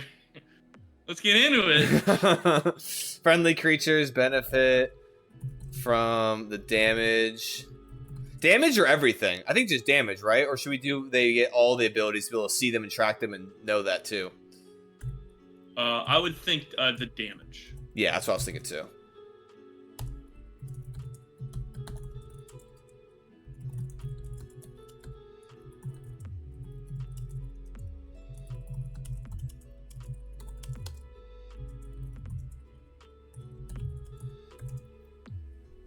I like that. What do you think, Fridge? What do you think? I think it's pretty cool. I think it kind of gives the best of all worlds here. I mean, I'll write it out more, you know, cognizant, but basically you choose an option to amplify your Hunter's Mark at the time of casting. Splitting, friendly creatures benefit from the damage. X-ray, this effectively switches, you switch targets with Hunter's Mark or whenever it is cast again. I think that's pretty good. I like that. I really like that it gives you options and it makes it more viable. Right. X-ray, yeah, basically you can just see them through anything. Whoa, what if X-ray and then double the distance on how far you can cast it, or maybe make it 200 feet instead of 90. That way, it's a little bit more viable. We can just make it now. We can just like part of it is you can now cast within 200 feet. That's what I'm saying because it's level 20. Oh, like, yeah, just in general, like Hunter's Mark instead of 90 now maybe make it like 180 or something, just so it's doubled. Or something like that. The distance of Hunter's Mark is infinite after you cast it, Fridge, but it's like you have to cast it. So we're saying increase the distance. Yeah, to be within range. Yeah, you have to be within range to create that concentration. I like the idea of that though, because there is always kind of the weird thing as a hunter. It's like, hey, he's in bow range for me. I took sniper, but I can't cast Hunter's Mark on him yet. Right. He's out of range. So now with that, you can like cast him, and the guy's just like, I had a weird premonition. It's like, what is it? Arrow fucking out. Like, something feels gross. Like, what? I don't know. I feel trees are mad. Then just a branch comes out of his fucking head. In the range of what do we think? So it's 90 already. Should we make it 150, 200, 300? I think just doubling it makes it simple. You just write doubled. I like an even 200 because instead of 180, give him those extra 20. I won't argue against my boy Ranger. Let's give it 350. Let's do 500. I think 200 is totally fine. So I'm trying to figure out which one to do. Something that could be interesting would be buffing Hunter's Mark range to infinite. That's a little tough. I just feel like we want to infinite. Yeah, the problem with absolutes, especially in D&D, for me as a player, anytime it seems like this thing has no limit, or its range is infinite, or the damage is technically has no upper scale, my immediate thought is, how can I destroy this system and make it? Yeah, I'd find out where elemental planes were and just start casting shit on people. It's like, I'm tracking the devil right now. You don't even know. What if you upper level? What about if you could cast on his mark, not just from any range, but casting on a creature without line of sight prior to you have found its tracks? I don't know. I think that's getting a little bit convoluted. I feel like. Yeah, I think that's something your DM absolutely can't allow you to do. Yeah, it's like I can, but we're not gonna write it in per se. That's gonna be kind of a rule of cool situation. If you feel like if your character has enough points, you're just maybe you roll a perception check on it to try to like locate the creature, maybe off sound, and then cast Hunter's Mark. Perhaps, yeah. Yeah. But otherwise, I think maybe not. I think 200 feet is a good solid number. 200 feet is pretty damn far. If you can see something 200 feet away, you can. That's pretty far. You can be like, got your ass, and then you go follow them. Like 200. I was gonna say, if you can't see within 200 feet, you need a new prescription. but to find something, pick it out of a crowd, perhaps, or see it in foliage. Pick it out with such accuracy, you can now track it, like accurately and well, especially at this level. Yeah, that is a good update to the abilities, I think. Okay, hold on. What if we made it 200 feet base with this 20th level, but then the X-ray version is farther? Not by like a ton, but I feel like what we should do is we should make the X-ray almost more of an RP-based thing, where it's like, it's like, okay, there's 300 feet. Because I feel like, not to say you don't need X-ray in the middle of combat, but that kind of makes it more of an RP thing where you can snipe someone from farther and then actually do reconnaissance. Okay, that makes sense. I don't know. How you feeling? Maybe what we do is we double it. Give it to the next guy? Double it and give it to the next person. That's kind of what you're doing with a Hunter's Mark chain, Yeah. I'm gonna write that in. Splitting, double it, and give it to the next person. Oh wait, real quick, do we wanna make a splitting of 2 or a splitting of 3? Splitting of 2 seems sufficient. Like, that's already more than I think the Ranger can reasonably handle in a combat setting. Okay. You have 2 attacks. This is also really good too, because the splitting benefits off your foe, the foe slayer one too. So then now you can, and then you double it. Yeah, I think 2's good. I think 2's perfect. I think that really. Yeah, because 2, you could go like, you fire off at your Hunter's Mark, you fire off at the next guy. Yeah. The next one, like like, you could do something where you're like, I have one Hunter's Mark on the boss, absolutely, but there's also this fucking mage over here who keeps doing some stupid shit, and like you got both of them locked down. And mages be mages. Maybe he's gonna try to shadow step away, and he's like, I see you, fucker. You're just invisible. I see him. Get him! Everybody, get him! Get his ass! Barbarian breaks him over the knee. Whoa. Okay, hold on. I'm thinking. Okay, this is what I'm thinking. Right. I think splitting and friendly creatures benefit from the damage is really. Wait, actually, is Hunter's Mark base? Is it once per turn? Because if it's only once per turn, the benefits of your people having it are kind of shit. Is it once or is this in general? Until the spell ends, you deal an extra 1d6 to the target whenever you hit it with a weapon attack. Okay, no, yeah, it's really good then. Okay, yeah, there's no limit. Yeah, no, that's really good. It's not like it's like Hunter's Mark, get him. Some guy hits him, it's like, all right, now everybody else wait. No, it's if everyone got to combo on that, and if you do that to the boss, that is an insane amount of damage added on. Like, it's small, there's more damage added, but say it's 5 attacks land, that's 5d6 extra to the damage. Yeah, I agree.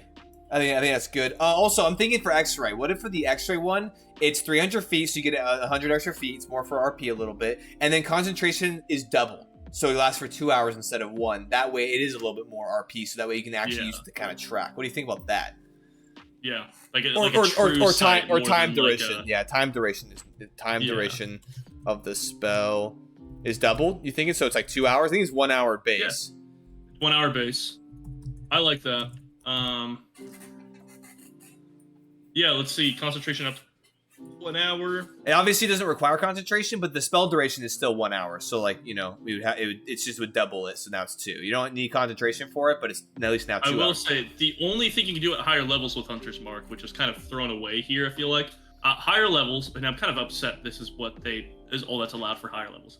When you cast a spell slot using 3rd or 4th level, you can maintain your concentration on the spell for up to 8 hours. When you use a spell slot 5th or higher, you can maintain your concentration on the spell for up to 24 hours. Oh, that's kind of stupid. That's not really much. But I guess that's good only because you can switch targets. That I would say that's. But the thing is, though, is I don't think you can. You wouldn't even be able to switch targets because there's nothing you're switching it to, and you kill it, then it just becomes dead because you can't. Yes, if you kill a guy and there's no other dudes you want to track. Okay. What if we found a solution? Okay. No, not 10. It's for the solution I made. You make sure your wizard has a familiar. You cast Hunter's Mark on that guy. You carry him to the battle, break his neck. Recast Hunter's Mark. Okay. All right. Okay. I think X-ray is already strong enough, and casting at higher levels increases the duration by a lot. Especially if you're increasing. Yeah, but the thing is, you shouldn't have to cast it at higher level. That's the whole thing with their level 3 ability. I agree with that. I think the whole point of the ramping of this is that, hey, it's inherently in your class. I think that's why I kind of want to. Level 2, yeah. It's 20th level. I don't see why you can't choose an option to make it like 6 hours. But I think because I think adding a time limit, adding the rage to it are small enough but meaningful increases that could go to all 3 options. Yeah. Maybe X-ray might get a little bit more if you want, especially if like the X-ray might give you better vision. I'm not liking this fucking Jason Mraz I'm hearing from this. It's throwing me off. It felt like a luau.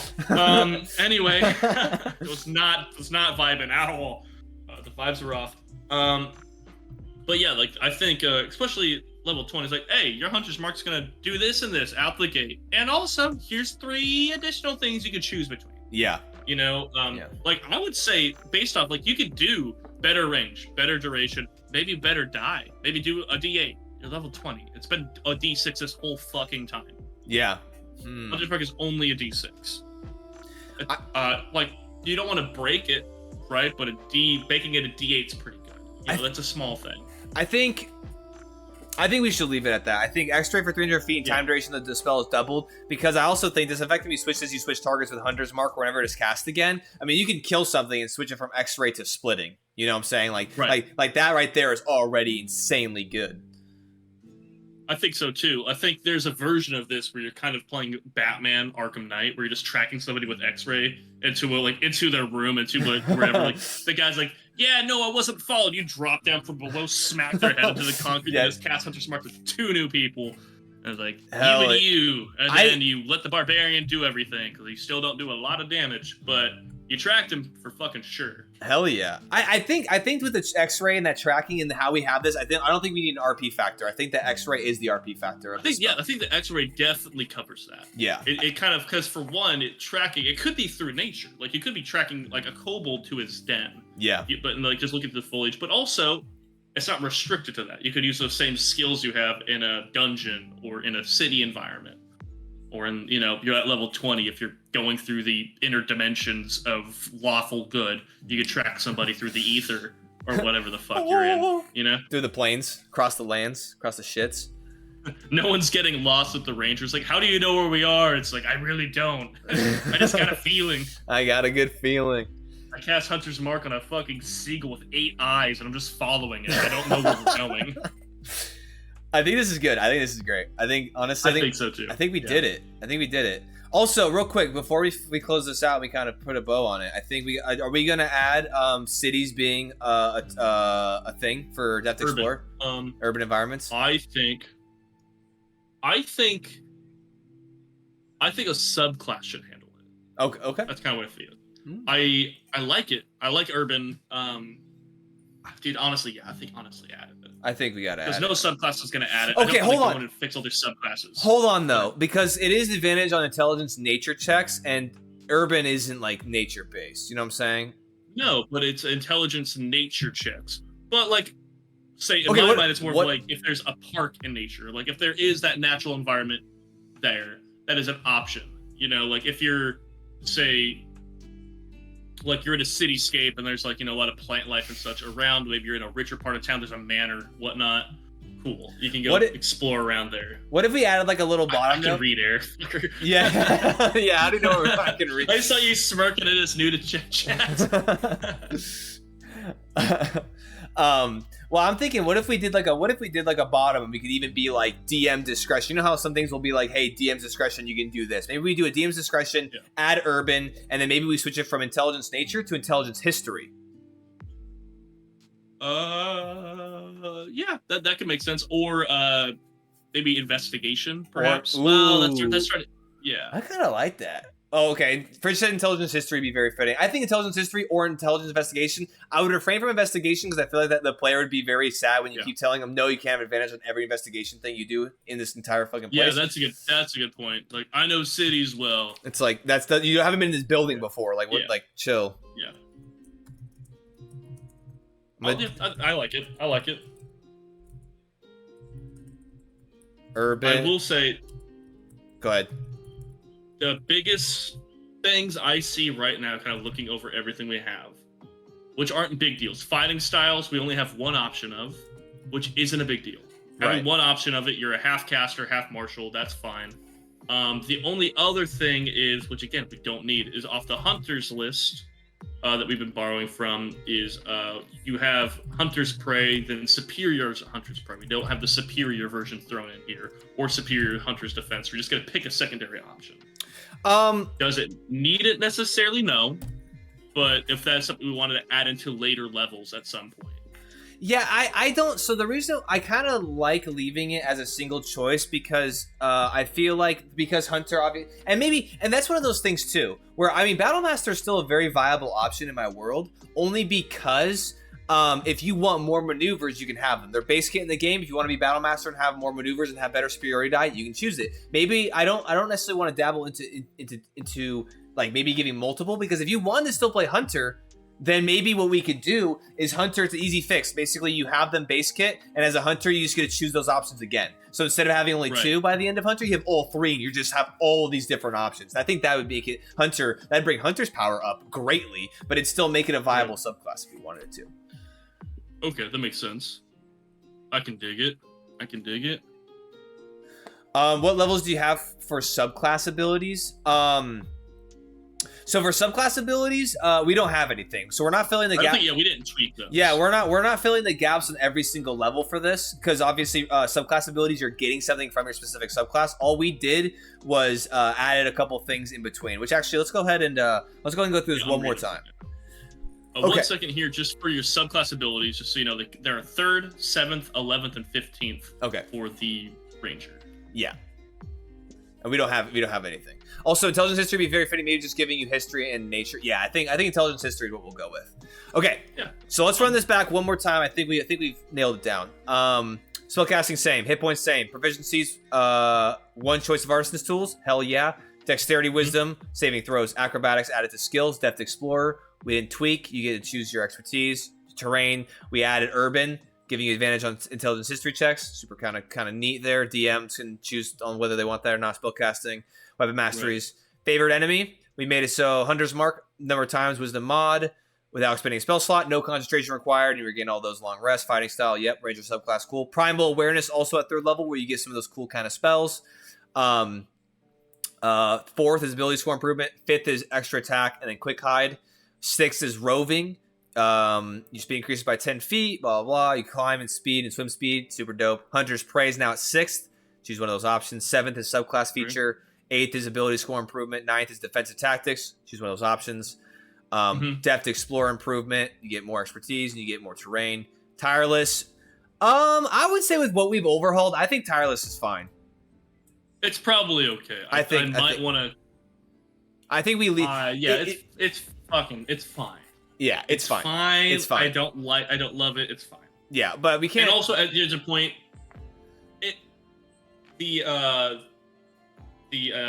Fucking. And let me go back up. The exhaustion mechanic might not come up ever, but if it does, you have this. Yeah, and I think isn't a problem. It just was a problem being surrounded by shit. Yeah, you know? Exactly. I think that that's the thing too, is there are a lot of abilities in classes that aren't super great, but the fact that the class has other good abilities makes it so it's fine. You know, This is one of those abilities where it's is it cool? Is it good? It is in certain instances. I mean, what if you have a wisdom of 5? That's 5d10 plus wisdom mod that you're healing or getting temporary hit points. That's pretty good. And then if you're in an environment where exhaustion is an issue, bro, you might be the reason they live, because you can regain those and you won't get burnt out. I don't know. I think it's an interesting way for them to shine into kind of a weird environment. Absolutely. No, I agree with that. Subclass feature 11, 12 is ability score improvement. 13 is now Foe Slayer, which is the upgraded Hunter's Mark for damage and to hit. Nature's Veil, which again, kind of, it's a really cool ability. Not super powerful, but still kind of sick. 15 is subclass. 16th is ability score improvement. 17th is the multi-attack from the base Players Handbook. We're basically just slinging lead. 18th is Feral Sense. 19th is ability score improvement. And 20th is, we don't have it titled, but it's going to be a Hunter's Buff Mark. I did that again. Hunter's Mark. Hunter's Mark buff, where you split it. You can do crazy shit with your Hunter's Mark. I think we did it. I want to play Ranger now. I think I will. Yeah, I like it. The thing is, I want to go over it. I want to kind of do 2 things. I want to eventually make.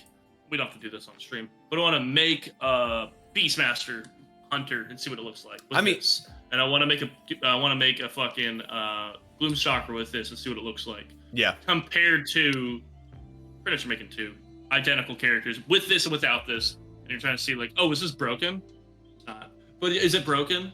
Just check it out, see what it looks like, see what you can actually do with it, see what feats you want to combo with it, because that's kind of, when you add the options that exist, especially in D&D, when you add the magic items, how crazy are things getting? Yeah. Not going to get that crazy. It still is a Ranger that we made, but I think it's pretty good. Yeah, I say all things considered, you definitely have to playtest stuff, man. I mean, this could be as balanced or as broken or as shit as we actually playtest it and play. That's why, for this last arc, we've been doing Unearthed Arcana for everyone's classes. And I say, honestly, I like the changes. All it's done thus far with this last arc with Unearthed Arcana was give players more options, which is what I want this to do. How would you like the weapon masteries as a start? We had not done that. All we did was try out the new features. We have yet to do weapon masteries, but I do want to do that. Might bring that up to Nathan and see if we test it out in his arc, because I think that'd be a good idea. Pretty good, yeah. Man, 3 hours later, we did it. 3 hours later, we did our first draft, Yeah. baby. I mean, I mean, but my biggest thing is I'll have to go through and probably and just get some verbiage down, and then obviously off this, you know, we can do more tweaks if we think of something better or whatever. But I think at the very least, it's a step in the right direction. I think play testing this will be where we can fine tune it and move other things around. No, of course, that makes sense to me. So, shit. I mean, also, my intention is once I get this this draft at least all typed out and have everything actually articulated, I'm gonna somehow get it on like a Word doc and post it on the YouTube channel, whether that's through like a post or something or whatever it is. So, Fridge or anyone watching, you know, whoever is checking this out, and you actually want to just get the actual file, I'll try to have it accessible because, I mean, what's the point of making it if you don't share it out and let other people try it? So there you go. Hoard the knowledge. Yeah. But also, yeah, man, Connor, hey, thanks for 3 hours, man. You were sick as hell and you jumped on and you yeah. Yep, we did it, baby. We did it. Anything for the Ranger, man. Yeah, you know? for sure. Also, Logan, you missed a good one. Eat shit. I'm just kidding. No, I'm just kidding. No, that's fine. That's part of it too. Is I am curious.